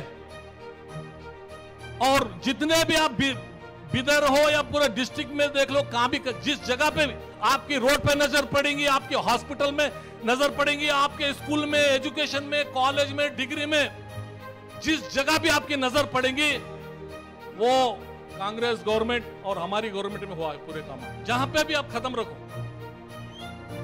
और लास्ट एक गारंटी के बारे में बोल के खत्म करता हूं मैं। इंसान को एहसान रखना चाहिए, जब तक खुदा का डर नहीं आता और किसी के बारे में दर्द नहीं रखता तो वो इंसान नहीं होता। भाई भाई को मदद नहीं कर रहा, एक रिश्तेदार मदद नहीं कर रहा, अगर कोई घर में 15 दिन आकर रह गया तो रिलेशन प्रॉब्लम होता है, सोच में पड़ जाते हैं। आज एक एक महिला के घर में पूछो, महिला के दिल में क्या है, उसके दिल में आंसू गिर रहे हैं। हमारे को 2000 डायरेक्ट मेरे अकाउंट में आ रहे हैं, वो 2000 से मुझे इतनी हिम्मत है कि मेरे बच्चे का जीवन मैं सुधार सकूंगी। मेरे कष्ट में, हॉस्पिटल में, घर में जो भी कष्ट आएगा, ये 2000 रुपए मुझे बहुत मदद कर रहे हैं बोल के वो आंखों में आंसू आ रहे हैं। और घर में बिजली नहीं रहती थी, करंट, हर घर में करंट फ्री है। ऐसा निगाह उठाई तो उसको करंट फ्री, ये जो बोलते हैं वो कर रहे हैं। और ऐसे बहुत से चीजें हैं। हम खाना खा रहे हैं, हम जब खाना हमारे पेट में जा रहा है उसका भी एहसान रखना चाहिए। नौजवान एहसान, नौजवानों को 3000 रुपए मिल रहे हैं, महिला को बस फ्री है। ये सभी बोल रहे नहीं, जब हम इलेक्शन में जाके बोल रहे थे, कई लोगों को बोल रहे थे, आधे लोग क्या बोल रहे थे अपोजिट वाले, अरे ये चुप बोल रहे, धोखा देने वाले, ये इतना बड़ा स्कीम कैसा दे सकते हैं, 2000 कैसा दे सकते हैं, करंट कैसा फ्री, बस कैसा फ्री। ये पूरा पूरा झूठ है बोल के बोले। जब रिजल्ट आ गया, जब स्कीम चालू हो गई, जो बोल रहे थे हमारे अपोजिट वाले सबसे पहले क्यों उन्होंने लगाए। हमारे लोग तो बैठे कैसा भी हमको भरोसा मिलता बोल के, मगर जो अपोजिट बोले थे वही लोग जाके क्यों लगाए। मगर लगाए, ले लिए, नो प्रॉब्लम। हमारे पास, हम कांग्रेस में कोई जात पात नहीं, कोई अमीर गरीब नहीं, कोई पार्टी पक्ष नहीं, हमारे तरफ से सबको मदद हो रही है। फिर हम आज हाथ जोड़ के बोल रहे हैं, जितने भी लोग मदद ले रहे हैं वो लोग हम पे एक एहसान करो, हमको सिर्फ एक वोट आपसे पूछ रहे, तो आप वो मदद करिए। और जितने लोग आए, जितने चाहने वाले हैं, उन सभी को मैं रिक्वेस्ट कर रहा हूं, क्योंकि 24 तारीख को 24 4-5 दिन के बाद मुख्यमंत्री सिद्धरामैया जी आने वाले इसी स्टेज पे। मगर वो शाम में, डरना नहीं, धूप नहीं रहेगी, शाम का प्रोग्राम है। आप सभी लोग आना है 24 5-6 दिन में, शाम में सिद्धरामैया जी को, सबको, बहुत से लीडर आ रहे हैं उस टाइम, आप लोग सभी को आना है। और मैं सभी लोगों को बोल रहा हूं, स्टेज पे वैसे बड़े बैठे से वाले बड़े नहीं है, ये हम सब नाम के बड़े हैं। बड़े तुम है, क्योंकि तुम ही बनाए हमको। अगर तुम सपोर्ट नहीं करते हैं तो हमारे को यहाँ सीट भी नहीं मिलती थी। तो आपके वजह से हम बड़े बने हैं, तो हम आपको बोल रहे हैं, सागर जी को भी आप सपोर्ट करके बड़ा बनाइए। आपके सुख दुख में रहेगा सागर। और हमारे लीडरों से बोल रहा हूं, 5 साल तो ऊपर स्टेज पे रहते हैं, मगर 1 महीना आप जरा नीचे लोगों में रहिए। आपकी लीडरशिप छोड़ दीजिए, ये लीडरशिप रियल क्या है लोगों में जाके बताइए। मैं भी उनके साथ हूं, आपके पास आएंगे। मगर हमेशा अभी भी 1 महीना भी ऊपर बढ़ते बोलो तो बहुत मुश्किल का काम होता है। खैर, आप करिए फाइनल, क्योंकि ZP TP इलेक्शन है आगे। ZP TP इलेक्शन में बहुत जने टिकट पूछने आते हैं, बहुत जने मुच्छी चढ़ा के आते हैं, लोगों को लेके आते हैं। अब बताना है उनको ZP TP में कितना तुम लीड देते हैं। ये सभी लीडरशिप उन्हीं को टिकट मिलेगा जो ZP TP में लीड बताएगा सभी क्षेत्र में। तो मैं मेरे लीडरों से, सीनियर लीडर, जूनियर लीडर, नौजवानों से रिक्वेस्ट करता हूं, अभी कोई लीडर नहीं, हम कोई सिंपल ड्रेस डाल के पब्लिक के बीच में जाएंगे और 15-20 दिन, 1 महीना काम करके हम अच्छा सा रिजल्ट लेके आएंगे। और इतना आप लोग मदद भी करिए, दुआ करिए, क्योंकि हमारा पूरा ईमान खुदा के ऊपर है। अगर उसके दरबार में हमारा फाइनल हो गया, वहां जजमेंट होगा, तो फिर कोई रोक ही नहीं सकता। तो इसके लिए हम दिन भर मेहनत करेंगे, फिर खुदा के पास सुबह और शाम दुआ भी करेंगे। ये चुनाव बहुत ही महत्वपूर्ण चुनाव है। ये चुनाव में एक तरफ कांग्रेस पार्टी है, कांग्रेस का उम्मीदवार सागर खंडरे है, तो दूसरी तरफ बीजेपी और बीजेपी का उम्मीदवार हाल ही सांसद केंद्र मंत्री भगवंत खुबा है। तो बीदर लोकसभा क्षेत्र के लोगों को तय करना है कि उनके भलाई के लिए, उद्धार के लिए किसको वोट देना चाहिए और किसको वोट दिए तो आप लोगों का भलाई होगा और इस लोकसभा क्षेत्र का प्रगति होगा, विकास होगा। ನಾನು ಹೆಚ್ಚಿಗೆ ಹೇಳಲ್ಲ, ಇಲ್ಲೆಲ್ಲ ಅಕ್ಕ ತಂಗಿಯಂದಿರಿಗೆ ಒಂದೇ ಮಾತು ಕೇಳಲಿಕ್ಕೆ ಇಷ್ಟಪಡ್ತಾ ಇದ್ದೀನಿ। आप सब लोग मिलकर 10 महीने पहले जो विधानसभा के चुनाव हुए, उस चुनाव में कांग्रेस पार्टी को आशीर्वाद करें। कांग्रेस का सरकार बना, 10 महीने हो गए, हम भी मंत्री बने हुए हैं, सिद्धरामैया जी मुख्यमंत्री हैं। तो इस 10 महीने में आप लोगों के सामने हमारा काम है। ನಾವು ಏನೇನು ಭರವಸೆ ಕೊಟ್ಟಿದ್ದೇವೆ ಎಲ್ಲ ಭರವಸೆಯನ್ನು ಈಡೇರಿಸಿದ್ದೇವೆ, ಕೊಟ್ಟ ಮಾತಿನಂತೆ ನಡೆದಿದ್ದೇವೆ। मैं आपको एक ही प्रश्न पूछना चाहता हूं, आप सब लोगों को हमने कहा था गृह लक्ष्मी योजना जारी करेंगे और 2000 रुपए आपको महीने देंगे। मिल रहा है क्या नहीं मिल रहा है? ಯಾರ್ಯಾರಿಗೆ ಸಿಗ್ಲತ್ತು ಥೋಡೆ ಕೈ ಎತ್ತಿ ಒಳ್ಳೆ ಹೆಣ್ಮಕ್ಳು ಅಕ್ಕ ತಂಗಿ ಎಲ್ಲರಿಗೆ ಸಿಗ್ಲತ್ವ ಇಲ್ಲ। बस फ्री करते बोल के बोले थे, बस ನಲ್ಲಿ ಫ್ರೀ ಪ್ರಯಾಣ ಸೌಲಭ್ಯ ಸಿಗ್ತಾ ಇದೆಯಾ ಇಲ್ಲ? ಸಿಗ್ತಾ ಇದೆ। ಕರೆಂಟ್ ಫ್ರೀ ಮಾಡ್ತೀವಿ ಅಂತ ಹೇಳಿದ್ದೀವಿ, ನೀವು ಹೇಳ್ರಿ ಕರೆಂಟ್ ಎಲ್ಲ ಫ್ರೀ ಆಗಿದೆಯಾ ಇಲ್ಲ? ಆಗಿದೆಯಾ? ಇವತ್ತು ನಾವು ಅನ್ನಭಾಗ್ಯ ಯೋಜನೆ ಅಡಿಯಲ್ಲಿ 5 ಕಿಲೋ ಅಕ್ಕಿ ಹೆಚ್ಚಿಗೆ ಕೊಡ್ತೀವಿ ಅಂತ ಹೇಳಿದ್ದೇವೆ। ಕೇಂದ್ರ ಸರ್ಕಾರ ಗೋಡಾನಲ್ಲಿ ಅಕ್ಕಿ ಕೊಳಿತಾ ಇದ್ರು, ಖರೀದಿ ಮಾಡ್ತೀವಿ ಅಂದ್ರು ಕೊಟ್ಟಿಲ್ಲ ದುರುದ್ದೇಶದಿಂದ। ನಿಮ್ಮೆಲ್ಲರಿಗೆ ಪ್ರತಿಯೊಂದು ವ್ಯಕ್ತಿಗೆ 170 ರೂಪಾಯಿ ನಿಮ್ ಖಾತೆಯಲ್ಲಿ ಜಮಾ ಮಾಡ್ತೀವಿ ಅಂತ ಹೇಳಿ ಇವತ್ತು ಎಲ್ಲಾ ಪರಿವಾರದವರಿಗೆ 12 ಲಕ್ಷ ಜನ ಬೀದರ್ ಜಿಲ್ಲೆಯಲ್ಲಿ 2 ಆಳಂದ್ ಮತ್ತು ಚಿಂಚೋಳಿ ಕ್ಷೇತ್ರ ಸೇರಿಸಿದ್ರೆ 16 ಲಕ್ಷ ಜನರಿಗೆ ತಿಂಗಳಿಗೆ 170 ಕೋಟಿ ರೂಪಾಯಿ ಕೊಡ್ತಾ ಇದ್ದೀವಿ ನೇರ ವರ್ಗಾವಣೆ ಮುಖಾಂತರ. ಅದಕ್ಕೆ ಆತ್ಮೀಯ ಬಂಧುಗಳೇ, ಯುವಕರಿಗೆ ಬಿಜೆಪಿ ಹೇಳಿತ್ತು 2 ಕೋಟಿ ಉದ್ಯೋಗ, ಅವ್ರು ಉದ್ಯೋಗ ಕೊಟ್ಟಿಲ್ಲ ಅಂತೇಳಿ ಹೇಳಿ ನಿರುದ್ಯೋಗಿ ಯುವಕರಿಗೆ ಪದವಿ ಮಾಡಿದವರಿಗೆ ಯಾರಿವತ್ತು ನಿಮ್ಮಲ್ಲಿ BA, BSc, BCom, BLLB, engineering ಯಾರ್ಯಾರು ಮಾಡಿದ್ದಾರೆ ಅವರಿಗೆ ಉದ್ಯೋಗ ಇಲ್ಲ. 2 ವರ್ಷ ತನಕ ಪದವೀಧರರಿಗೆ 3,000, ಡಿಪ್ಲೊಮಾದವರಿಗೆ 1,500 ರೂಪಾಯಿ ಕೊಡ್ತೀವಿ ಅಂತ ಹೇಳಿ ಅದನ್ನು ಜಾರಿಗೆ ತಂದಂತದ್ದು ಸರ್ಕಾರ ಯಾವ್ದಾದ್ರು ಇದ್ರೆ ಅದು ಕಾಂಗ್ರೆಸ್ ಸರ್ಕಾರ, ನಮ್ಮ ಸರ್ಕಾರ, ಸಿದ್ದರಾಮಯ್ಯನವರ ಸರ್ಕಾರ, ಅರ್ಥ ಮಾಡಿಕೊಳ್ಬೇಕು.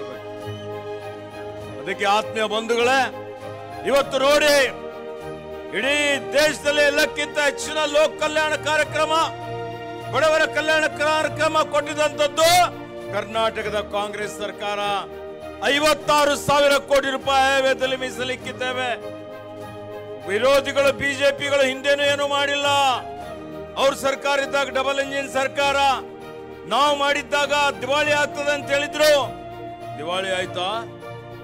ಇವತ್ತೀಗೇನ್ ಹೇಳ್ತಾ ಇದ್ದಾರೆ, ಈ ಗ್ಯಾರಂಟಿ ಎಲ್ಲ ಲೋಕಸಭೆ ಚುನಾವಣೆ ನಂತರ ಸ್ಥಗಿತಗೊಳಿತವೆ.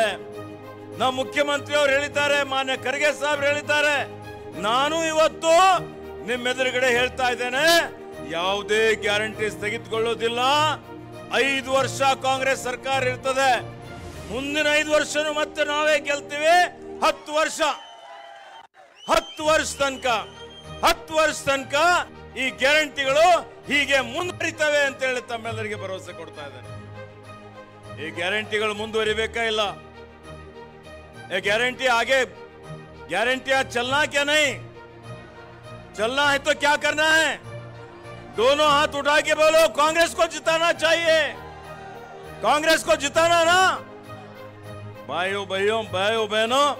एक ही गारंटी नहीं, अब फिर केंद्र के ये चुनाव में, लोकसभा में हमारे नेता है मल्लिकार्जुन खड़गे जी और राहुल गांधी जी ने सिग्नेचर करके फिर 5 गारंटियां दी हैं। 5 न्यायಗಳು, 1ನೇ गारंटी महालक्ष्मी योजना, हर एक परिवार के महिला को हमारा सरकार अगर आप लोगों के आशीर्वाद से केंद्र में अगर बनता है तो हम 1-1 लाख रुपए एक परिवार को देंगे। 1-1 लाख बोले तो कितने हो गए? ये 24,000, वो 1 लाख बन गए कितने? 1,24,000। आप लोग लखपति बने क्या नहीं? लखपति आद्रिಲ್ಲಮ್ಮ, ನೀವೆಲ್ಲ ಲಖಪತಿ ನೀವು ಕಸ್ಕೊಂಡಿರಿಗಿನ, ನೀವು ಯಾರಿಗೂ ಅಧಿಕಾರ ಇಲ್ಲ, ಅವ್ರ ಮನೆ ನೋಡ್ಕೋತಾರೆ, ನಿಮಗೂ ಒಳ್ಳೇದಾಗ್ತದೆ. ಅವ್ರ ಬಸ್ಸಿನಾಗ ಫ್ರೀ ಹೋದ್ರೆ ನಿಮ್ದೇ ರೊಕ್ಕ ಉಳಿಯಲ್ಲ. ಅದಕ್ಕೆ ಆತ್ಮೀಯ ಬಂಧುಗಳೇ, ನಮ್ಮ ಯುವಕರಿಗೆ, ಯಾರು ಯುವ ಶಕ್ತಿ ಅಣುಶಕ್ತಿ ಇದ್ದ ಹಾಗೆ ಯುವಕರಿಗೆ ಇವತ್ತು ನಮ್ಮ ಸರ್ಕಾರ ಬಂದರೆ ಕೇಂದ್ರದಲ್ಲಿ ಅಪ್ರೆಂಟಿಸ್ಶಿಪ್ ಟ್ರೈನಿಂಗ್ ಕೊಟ್ಟು ಅವರಿಗೆಲ್ಲ ತರಬೇತಿ ಕೊಟ್ಟು ಕೌಶಲ್ಯ ಅವರಿಗೆ ಮಾಡಿಕೊಟ್ಟು 1 ಲಕ್ಷ ರೂಪಾಯಿ ಅವರಿಗೆ ಕೊಡ್ತೀವಿ ಅನ್ನುವಂತ ಘೋಷಣೆ ನಾವು ಮಾಡಿದ್ದೇವೆ. ಮನ್ರೇಗಾದಲ್ಲಿ ಕನಿಷ್ಠ ವೇತನ 400 ರೂಪಾಯಿ ಕೊಡ್ತೀವಿ ಅಂತ ಹೇಳಿದ್ದೇವೆ. ರೈತರು ಬೆನ್ನೆಲುಬು, ನಮ್ಮ ದೇಶದ ರೈತರ ಸಾಲ ಮನ್ನಾ ಮಾಡ್ತೀವಿ ಅಂತ ಹೇಳಿದ್ದೇವೆ. ಕೇಂದ್ರದ ಬಿಜೆಪಿ ಸರ್ಕಾರ ರೈತರ ಸಾಲ ಮನ್ನಾ ಮಾಡಿ ಅಂತ ಹೇಳಿದ್ರೆ ಇವತ್ತು ಏನ್ ಹೇಳಿದ್ರು ಅವರು? ದೇಶ ದಿವಾಳಿ ಆಗ್ತದೆ ಅಂತ ಹೇಳಿದ್ರು. ಅದೇ ಉದ್ಯೋಗಪತಿಗಳ, ಅದಾನಿ ಅಂಬಾನಿ ಉದ್ಯೋಗಪತಿಗಳ 14 ಲಕ್ಷ ಕೋಟಿ ರೂಪಾಯಿ ಸಾಲ ಮನ್ನಾ ಕೇಂದ್ರ ಸರ್ಕಾರ ಹೆಂಗ್ ಮಾಡ್ತಪ್ಪ? ಕೋಟ್ಯಾಂತರ ರೈತರಿದ್ದಾರೆ, ಅವರಿಗೆ ರೈತರು ಬೇಕಾಗಿಲ್ಲ, ಬಡವರು ಬೇಕಾಗಿಲ್ಲ, ಶೋಷಿತರು ಬೇಕಾಗಿಲ್ಲ. ಇಂಥ ಬಿಜೆಪಿ ಸರ್ಕಾರ ಬೇಕಾ? ನಮ್ಮ ಸರ್ಕಾರ ಬಂದ್ರೆ, ಮನಮೋಹನ್ ಸಿಂಗ್ ಸರ್ಕಾರ ಇದ್ದಾಗ 72,000 ಕೋಟಿ ರೂಪಾಯಿ ಸಾಲ ಮನ್ನಾ ಮಾಡಿದ್ದೇವೆ. ಮತ್ತೆ ಈಗಿದ್ದಂತ ರೈತರ ಸಾಲ ಮನ್ನಾ ಮಾಡ್ತೀವಿ ಅಂತ ಹೇಳಿ ನಾವು ಘೋಷಣೆ ಮಾಡಿದ್ದೇವೆ. ರೈತರ ಬೆಳೆಗಳಿಗೆ ಹೋರಾಟ ನಡೀತು ದೇಶದಲ್ಲಿ. 700-800 ಜನ ರೈತರು ಸತ್ತು ದೆಹಲಿಯಲ್ಲಿ, ಬಾರ್ಡರ್ ಅಲ್ಲಿ, ಹರಿಯಾಣ, ಪಂಜಾಬ್ದವರು. ಆದರೂ ಇವರಿಗೆ ಕನಿಕರ ಬರಲಿಲ್ಲ ಬಿಜೆಪಿಗಳಿಗೆ. ಇವತ್ತು ಇವ್ರು ಏನ್ ಮಾಡಿದ್ರು, ಇವತ್ತು ರೈತರಿಗೆ ಕನಿಷ್ಠ ಬೆಂಬಲ ಬೆಲೆ ಕಾಯ್ದೆ ಮಾಡಬೇಕು ಅಂತ. ಈಗ ಸೋಯಾಬೀನ್ ಬೆಳಿತೀವಿ ನಮ್ಮ ಜಿಲ್ಲೆಯಲ್ಲಿ, ಕನಿಷ್ಠ ಬೆಂಬಲ ಬೆಲೆ ಸೋಯಾಬೀನ್ಗೆ 6,000 7,000 ಇರ್ಬೇಕಾ ಇಲ್ಲ? ಆ ಕೆಲಸ ಕಾಯ್ದೆ ಮಾಡ್ತೀವಿ. ಸ್ವಾಮಿನಾಥನ್ ಆಯೋಗದ ಪ್ರಕಾರ ರೈತರಿಗೆ ಇವತ್ತು ನಾವು ಶಕ್ತಿ ಕೊಡ್ತೀವಿ, ಬಲ ಕೊಡ್ತೀವಿ, ಕಾಯ್ದೆ ಮಾಡ್ತೀವಿ ಅಂತ ಹೇಳಿ ಘೋಷಣೆ ಮಾಡಿದ್ದು ನಮ್ಮ ಸರ್ಕಾರ ಬಂದ್ರೆ ಕೇಂದ್ರದಲ್ಲಿ ರೈತರ ಉದ್ಧಾರ ಮಾಡ್ತೀವಿ ಅಂತ ಹೇಳಿ ನಾವು ಘೋಷಣೆ ಮಾಡಿದ್ದೇವೆ. 5ನೇ ಗ್ಯಾರಂಟಿ ಪಾಲುದಾರಿಕೆ ಗ್ಯಾರಂಟಿ. ಜಾತಿ ಗಣತಿ ಮಾಡಿ ಯಾವುದೇ ಜಾತಿ ಇರಬಹುದು, 95% ಅಹಿಂದ ಜನನೇ ಇದ್ದಾರೆ. ದಾರಿ ತಪ್ಪಿಸಬಾರ್ದು ಯಾರು, ಅವ್ರು ಮಾಡ್ತಾರೆ. ಯಾರು ಸಣ್ಣ ಸಣ್ಣ ಸಮುದಾಯದವರಿಗೂ ಇವತ್ತು ಅವರಿಗೆ ರಾಜಕೀಯ ಸಾಮಾಜಿಕ ಎಲ್ಲ ಪ್ರಾತಿನಿಧ್ಯ ಕೊಡುವಂಥದ್ದು, ಅವರಿಗೆ ಅಧಿಕಾರ ಕೊಡುವಂತ ಕೆಲಸ, ಸರ್ವರಿಗೂ ಸಂಭಾಳುವಂತಲೇ ಮಾಡುವಂಥದ್ದು ಆ ಗ್ಯಾರಂಟಿಯನ್ನು ಇವತ್ತು ಕೇಂದ್ರದಲ್ಲಿ ಕಾಂಗ್ರೆಸ್ ಸರ್ಕಾರ ಬಂದ್ರೆ ಮಾಡ್ತೀವಿ ಅನ್ನುವಂತ ಭರವಸೆಯನ್ನು ನಾವು ಕೊಟ್ಟಿದ್ದೇವೆ. ನಮ್ಮ ಭರವಸೆ ಬೇಕಾ? ಏನಿವತ್ತು ಫೋಕಲ್ ಸುಳ್ಳು ಭರವಸೆ ಬಿಜೆಪಿ ಮೋದಿ ಗ್ಯಾರಂಟಿ ಅಂತ ಹೇಳ್ತಾ ಇದಾರಲ್ಲ, ಆ ಗ್ಯಾರಂಟಿ ಬೇಕು. ಕಾಂಗ್ರೆಸ್ ಗ್ಯಾರಂಟಿನೇ ಸತ್ಯವಾದಂತ ಗ್ಯಾರಂಟಿ ಇದೆಯಾ ಇಲ್ಲ? ಅದಕ್ಕೆ ಆತ್ಮೀಯ ಬಂಧುಗಳೇ, ಇವತ್ತು ನೋಡಿ ಭಗವಂತ ಖೂಬಾಗೆ ನೀವೆಲ್ಲ ಸೇರಿಸಿ ಆಶೀರ್ವಾದ ಮಾಡಿ ಸಂಸದ ಮಾಡಿದಿರಿ, ಕೇಂದ್ರದ ಮಂತ್ರಿ ಮಾಡಿದಿರಿ. ಏನ್ ಗನಂದಾರಿ ಕೆಲಸ ಮಾಡಿದ್ದಾರೆ? ಯಾರಿಗಾದ್ರೂ ಮುಖ ತೋರಿಸಿದ್ದಾರ? ಅನುದಾನ ಕೊಟ್ಟಿದ್ದಾರ? ನಿಮ್ ಗ್ರಾಮಕ್ಕೆ ಬಂದಿದ್ದಾರ? ನಿಮ್ ಸುಖ ದುಃಖಕ್ಕೆ ಭಾಗಿದಾಗಿದ್ದಾರ? ಕರೋನಾದಲ್ಲಿ ನಿಮ್ಗೆ ಸಹಾಯ ಮಾಡಿದ್ದಾರ? ಕರೋನಾ ತತ್ತರಿಸುವಿಗೆ ತುಡಿ ಜಗತ್ತು. ಅಂತ ಸಂದರ್ಭದಲ್ಲಿ ಇವರು ಏನ್ ಮಾಡಿದ್ರು? ಎಲ್ಲರೂ ಆಕ್ಸಿಜನ್ ಇಲ್ಲದೆ, ಇಂಜೆಕ್ಷನ್ ಇಲ್ಲದೆ ಸಾಯ್ತಾ ಇದ್ದಾಗ ನಾನು ಮೌನಾಚರಣೆ ಮಾಡ್ತೀನಿ ಅಂದ ಯಾರು? ಭಗವಂತ ಖೂಬಾ. ಈ ಭಗವಂತ ಖೂಬಾಗೆ ಮೌನ ಇರ್ಲಿಕ್ಕೆ ಬಿಡ್ಬೇಕಲ್ಲ? ಬಿಡ್ಬೇಕಾ ಇಲ್ಲ? ಇವತ್ತು ಕರೋನಾದಲ್ಲಿ ಮೌನಾಚರಣೆ ಮಾಡ್ತೀನಿ ಅಂತ ಹೇಳಿ ಈ ಡಬಲ್ ಎಂಜಿನ್ ಬಿಜೆಪಿ ಸರ್ಕಾರ ಜನರ ಹೆಣಗಳ ರಾಶಿಗಳ ಮೇಲೆ ಇವರು ಲೂಟಿ ಹೊಡೆಯವರು. ರೆಮ್ಡೆಸಿವಿರ್ ಇಂಜೆಕ್ಷನ್ 2,000 ರೂಪಾಯಿಗೆ ಬರೋದು 20, 30, 40 ಸಾವಿರ ರೂಪಾಯಿಗೆ ಕಾಳಸಂತೆಯಲ್ಲಿ ಮಾರಾಟ ಮಾಡಿ ಜನರ ಜೇಬಿಗೆ ಕನ್ನ ಹಾಕಿ ಇವತ್ತು ರಕ್ತ ಹೀರಿ ಅವರಿಗೆ ಸಾಯುವಂಗೆ ಮಾಡಿ ಇವತ್ತು ಆಕ್ಸಿಜನ್ ಇಲ್ಲದೆ ಜನ ಸಾಯ್ತಾ ಇದ್ದಂತ ಸಂದರ್ಭದಲ್ಲಿ ನಾನು ಆಸ್ಪತ್ರೆಯಲ್ಲಿ ಸೇರಿದ್ದೆ. ಮಣಿಪಾಲ್ ಆಸ್ಪತ್ರೆಯಲ್ಲಿ ಸಾಗರ್ ಖಂಡ್ರಿಗೆ ಕಳಿಸಿದೆ. ನಾನು ಬಾಲ್ಕಿಗೆ, ಬೀದರ್ಗೆ ಇಲ್ಲಿ ಕಳಿಸಿ ಶ್ರಮಿಕರಿಗೆ, ಬಡವರಿಗೆ ಕಿಟ್ ಕೊಟ್ಟು ನೂರಾರು ಸಾವಿರಾರು ರೆಮ್ಡೆಸಿವಿರ್ ಇಂಜೆಕ್ಷನ್ ಪೂರೈಕೆ ಮಾಡಿ ಇವತ್ತು ರಾತ್ರಿ 12 ಗಂಟೆಗೆ 4 ಗಂಟೆಗೆ ಫೋನ್ ಬರ್ತಿತ್ತು, ಆಕ್ಸಿಜನ್ ಕಳಿಸಿ ಇಲ್ದ್ರೆ ನನ್ನ ಮಗ ಸಾಯ್ತಾನೆ, ನನ್ನ ಹೆಂಡತಿ ಸಾಯ್ತಾಳೆ ಅಂತ ಸಂದರ್ಭದಲ್ಲಿ ಸಾವಿರಾರು ಜನರಿಗೆ ಆಕ್ಸಿಜನ್ ಪೂರೈಕೆ ಮಾಡಿ ಜೀವ ಉಳಿಸಿದ್ದು ಇವತ್ತು ಕಾಂಗ್ರೆಸ್ ಉಳಿಸಿದೆ. ಸಾಗರ್ ಅಂತ ಇನ್ನಿತರ ಅನೇಕ ಮುಖಂಡ ನಾಯಕರು ಉಳಿಸಿದ್ದಾರೆ. ಆದರೆ ಬಿಜೆಪಿಯ ಭಗವಂತ ಖೂಬಾ ತುಟಿ ಪಿಟಕ್ಕನ್ನಲಿಲ್ಲ, ನಿಮ್ಮ ಯಾರ್ದು ಸೇವೆಗೆ ಬರಲಿಲ್ಲ. ಸಿಪೇಟ್ ಮಾಡ್ತೀವಿ ಅಂತ ಮೋಸ, FM ರೇಡಿಯೋ ಮಾಡ್ತೀನಿ ಅಂತ ಮೋಸ. ಕಾಂಗ್ರೆಸ್ ಸರ್ಕಾರದ ಸಹಾಯದಿಂದ ಆಗಿದ್ದಂತ ಏರ್ಪೋರ್ಟ್ ಇವತ್ತು ಆ ವಿಮಾನಯಾನ ರದ್ದಾಗಿದೆ. ನೀನು ಕೇಂದ್ರ ಮಂತ್ರಿಯಾಗಿ ವಿಮಾನಯಾನ ಮುಂದುವರಿಸಲಿಕ್ಕೆ ಆಗದೆ ಇದ್ರೆ ನಿಮ್ ಯೋಗ್ಯತೆ ಇದೆಯಾ? ಮಾನ ಮರ್ಯಾದೆ ಇದೆಯಾ? ಇವತ್ತು ಸೋಲಿನ ಭೀತಿಯಿಂದ ನಮ್ಮ ಮೇಲೆ ವೈಯಕ್ತಿಕ ಆರೋಪ ಮಾಡುವಂಥದ್ದು, ಯಾಕೆಂದ್ರೆ ಭಯ ಆಗ್ಬಿಟ್ಟಿದೆ. ಇವತ್ತು ಬೀದರ್ ಜಿಲ್ಲೆಯ ಜನ ಭಗವಂತ ಖೂಬಾಗೆ ತಿರಸ್ಕಾರ ಮಾಡಬೇಕು ಅಂತ ತೀರ್ಮಾನ ಮಾಡಿದ್ದಾರೆ. ಭಗವಂತ ಖೂಬಾನ ಇದು ಕೊನೆಯ ಚುನಾವಣೆ, ಲಾಸ್ಟ್. ಮತ್ತೆ ಯಾವುದು ಚುನಾವಣೆಯಲ್ಲಿ ಟಿಕೆಟು ಸಿಗಲ್ಲ. ನಾಳೆ ಜಿಲ್ಲಾ ಪಂಚಾಯತ್ ಟಿಕೆಟ್ ಕೊಡು ಅಂದ್ರೆ ಬಿಜೆಪಿದವರೇ ಕೊಡಲ್ಲ. ಅದಕ್ಕೆ ಆತ್ಮೀಯ ಬಂಧುಗಳೇ, ಈತೊಬ್ಬ ಮಹಾ ಮೋಸಗಾರ, ಮಹಾ ಸುಳ್ಳುಗಾರ, ಪರಿವಾರವಾದ ಅಂತೇಳಿ ಹೇಳಿ ತನ್ನ ಪರಿವಾರದವರಿಗೆ ಇದ್ದಂತ ಗುತ್ತಿಗೆದಾರನ್ನು ಬಿಟ್ಟು ಸ್ವಂತ ತನ್ನ ಪರಿವಾರದವರಿಗೆ ಗುತ್ತಿ ಮಾಡಿಸಿ ಕಳಪೆ ಮಟ್ಟದ ಕಾಮಗಾರಿಗಳು ಮಾಡಿ ಲೂಟಿ ಹೊಡೆದು ಬಿಟ್ರೆ ಈತನ ಸಾಧನೆ ಏನು ಇಲ್ಲ, ಶೂನ್ಯ ಸಾಧನೆ. ಅದಕ್ಕೆ ಆತ್ಮೀಯ ಬಂಧುಗಳು ನೀವೆಲ್ಲ ಸಂಕಲ್ಪ ಮಾಡಬೇಕಾಗ್ತದೆ. ಏನಂತ? ಏನ್ ಸಂಕಲ್ಪ? Bye bye Khuba. ಏನು ಬಾಯ್ ಬಾಯ್? ಈ ಸಲ ಚುನಾವಣೆಯಲ್ಲಿ ಬಾಯ್ ಬಾಯ್, ಮುಂದೆ ಮತ್ತೆಂದೂ ಬರೋದೇ ಇಲ್ಲ, ಫೈನಲ್. ಅದಕ್ಕೆ ಆತ್ಮೀಯ ಬಂಧುಗಳೇ, ಸ್ವಪಕ್ಷೀಯ ನಾಯಕರೇ ತಿರಸ್ಕಾರ ಮಾಡಿದ್ದಾರೆ. ಅವರ ಶಾಸಕನ ಹೇಳಿಕೆ ಇದೆ. ಏನ್ ಹೇಳಿಕೆ ಇದೆ? ಭಗವಂತ ಖೂಬಾ ನನ್ನ ಬಗ್ಗೆ ವೈಯಕ್ತಿಕ ದ್ವೇಷ ಇಟ್ಕೊಂಡು ನನಗೆ ಕೊಲೆ ಮಾಡಿಸಿ ಉಪಚುನಾವಣೆ ಮಾಡ್ಬೇಕಂತ ಇದ್ದಾರೆ ಅಂತ ನಿಜವಾಗಿ ಅತ್ಯಂತ ಗಂಭೀರವಾದಂತ ಒಂದು ಇವತ್ತು ಆರೋಪ. ತನ್ನ ಸ್ವಂತ ಪಾರ್ಟಿದವನು ಅದೇ ಬಸವ ಕಲ್ಯಾಣ್ ಶಾಸಕ ಚಪ್ಪಲಿ ಏಟ್ ಹೊಡೆದ್ರು ನಾಚಿಕೆ ಮಾನ ಮರ್ಯಾದೆ ಇಲ್ಲಲ್ಲಪ್ಪ. ಈತ MP ಆಗ್ಬೇಕೇನ್ರಿ? ಈಗ ಮತ ಕೊಡ್ಬೇಕಾ?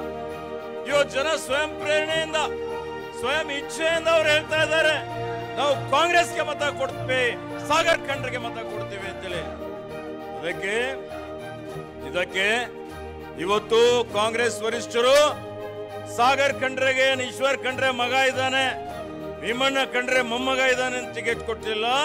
ಒಬ್ಬ ಯುವಕ ಇದ್ದಾನೆ, ಯುವ ಪ್ರತಿಭೆ ಇದೆ, ಒಬ್ಬ ವಿದ್ಯಾವಂತ ಯುವಕ, ಕಾನೂನು ಪದವೀಧರ, NSUI ಈ ವಿದ್ಯಾರ್ಥಿ ಘಟಕದ ಪ್ರಧಾನ ಕಾರ್ಯದರ್ಶಿಯಾಗಿ ಸಂಘಟನೆಯಲ್ಲಿ ಕೆಲಸ ಮಾಡಿದ್ದಾರೆ, ಸೇವೆ ಮಾಡಿದ್ದಾರೆ, ಮಾಡುವಂತ ಯೋಗ್ಯತೆ ಇದೆ. ಯುವಕರಲ್ಲಿ ಹೊಸ ಚಿಂತನೆ ಬರ್ತದೆ, ಹೊಸ ಇವತ್ತು ದೂರದರ್ಶಿತ್ವ ಇರ್ತದೆ, ಹೊಸ ಯೋಜನೆಗಳು ಬರ್ತವೆ. ಇದರಿಂದ ಯುವಕರಿಗೆ ಸ್ಫೂರ್ತಿ ಬರ್ತದೆ, ಯುವಕರಿಗೆ ಪ್ರೇರಣೆ ಆಗ್ತದೆ. ಯುವ ಶಕ್ತಿ ಶಕ್ತಿ ಇದ್ದ ಹಾಗೆ ಏನೇ ಪರಿವರ್ತನೆ ಮಾಡುವಂತ ಒಂದು ಸಂಕಲ್ಪ ಅವ್ರ ಹತ್ರ ಇದೆ. ಆ ಕಾರಣಕ್ಕಾಗಿ ಇವತ್ತು ನೋಡಿ ಯುವಕರು ಬಾಹ್ಯಾಕಾಶಕ್ಕೆ ಹೋಗಿದ್ದಾರೆ, ವಿಜ್ಞಾನಿಗಳಾಗಿದ್ದಾರೆ, ದೊಡ್ಡ ದೊಡ್ಡ ಸಂಶೋಧನೆಯನ್ನು ಮಾಡಿದ್ದಾರೆ. ಸಚಿನ್ ತೆಂಡೂಲ್ಕರ್ ಅಂತವರು ಇವತ್ತು 16ನೇ ವಯಸ್ಸಿನಲ್ಲಿ ಅಂತಾರಾಷ್ಟ್ರೀಯ ಮಟ್ಟದ ಇವತ್ತು ಕ್ರಿಕೆಟ್ ನಲ್ಲಿ ಭಾಗವಹಿಸಿದ್ದಾರೆ. ನಮ್ಮ ಅಶೋಕ್ ಖೇಣಿ ಅವರು ಹೇಳ್ತಾರೆ ಇಲ್ಲ ಅವರು. ಅದಕ್ಕೆ ಇವತ್ತು ಇದೀರಿ, ಅದಕ್ಕೆ ನೋಡಿ, ಅದಕ್ಕೆ ಆ ರೀತಿಯಲ್ಲಿ ನೋಡಿ ನೀವು.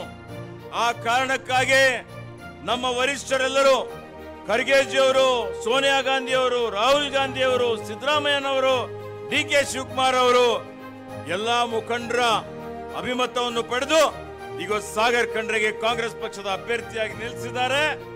ನೀವು ಆಲೋಚನೆ ಮಾಡಿ, ಈ ದೇಶದ ಎಲ್ಲಕ್ಕಿಂತ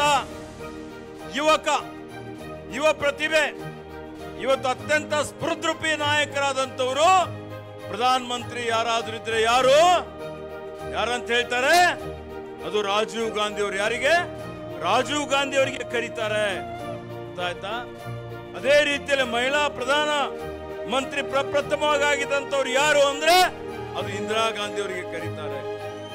ಇವತ್ತು ರಾಷ್ಟ್ರದಲ್ಲಿ ಅತ್ಯಂತ ಕಿರಿಯ ವಯಸ್ಸಿನ 26 ವರ್ಷದ ವಯಸ್ಸಿನ ಒಬ್ಬ ಯುವಕ ಇವತ್ತು ಸಂಸದ ಯಾವ ಊರು, ಯಾವ ಜಿಲ್ಲೆ ಅಂದ್ರೆ ಅದು ನಿಮ್ಮ ಬೀದರ್ ಜಿಲ್ಲೆ ಹೆಮ್ಮೆ ಯುವಕ ಅಂತ ನೀವು ಹೇಳಬಹುದು. ಇವತ್ತು ನೋಡಿ ನಾವೆಲ್ಲ ಹೇಳ್ತೇವೆ, ಬಾಲ್ಕಿ ತಾಲೂಕಿನ ಹೆಮ್ಮೆ ಸುಪುತ್ರ AICC ಅಧ್ಯಕ್ಷರು ಅಂದ್ರೆ ಯಾರು? ಮಲ್ಲಿಕಾರ್ಜುನ್ ಖರ್ಗೆಜಿ ಅವರು ಅಂತ ಹೇಳ್ತೀವಿಲ್ಲ. ಅದಕ್ಕೆ ಅದೇ ರೀತಿಯಲ್ಲಿ ಇವತ್ತು ಸಾಗರ್ ಖಂಡ್ರೆಗೆ ನೀವೆಲ್ಲ ಆಶೀರ್ವಾದ ಮಾಡಿ. ಇವತ್ತು ವೇದಿಕೆ ಮೇಲೆ ಕುಳಿತಂತ ಅನೇಕ ಹಿರಿಯ ಮುಖಂಡರುಗಳಿದ್ದಾರೆ, ಸಾಗರ್ ಖಂಡ್ರೆಗೆ ಆಶೀರ್ವಾದ ಮಾಡಲಿಕ್ಕೆ ಬಂದಿದ್ದಾರೆ. ಮಾನ್ಯ BR ಪಾಟೀಲ್ ಸಾಹೇಬರು ಹೋರಾಟದಿಂದ ಬಂದಂತವರು ಇವತ್ತು ಅನೇಕ ಸಲ ಶಾಸಕರಾಗಿ ರೈತರಿಗಾಗಿ ಅನ್ಯಾಯದ ವಿರುದ್ಧ ಹೋರಾಟ ಮಾಡಿದ್ದಾರೆ, ಸಮಾಜವಾದಿಗಳಾಗಿದ್ದಾರೆ, ಈಗ ಮಾನ್ಯ ಮುಖ್ಯಮಂತ್ರಿಗಳ ಸಲಹೆಗಾರ ಆಗಿದ್ದಾರೆ. ಅವರು ಇವತ್ತು ತಮ್ಮೆಲ್ಲರ ಕೆಲಸ ಕಾರ್ಯಗಳನ್ನು ಬದಿಗೊತ್ತಿ ಸಾಗರ್ಗೆ ಈ ಒಂದು ಆಶೀರ್ವಾದ ಮಾಡಲಿಕ್ಕೆ ಇಲ್ಲಿಗೆ ಆಗಮಿಸಿದ್ದಾರೆ. ಅವ್ರ ಜೊತೆಯಲ್ಲಿ PGR ನೀವಿನ್ನೂ ನಮ್ಮ ಚಾನೆಲ್ನ ಸಬ್ಸ್ಕ್ರೈಬ್ ಮಾಡ್ಕೊಂಡಿಲ್ಲ ಅಂದ್ರೆ ಕೂಡಲೇ ಸಬ್ಸ್ಕ್ರೈಬ್ ಮಾಡಿ, ಲೈಕ್ ಮಾಡಿ, ಬೆಲ್ ಬಟನ್ ಒತ್ತಿ.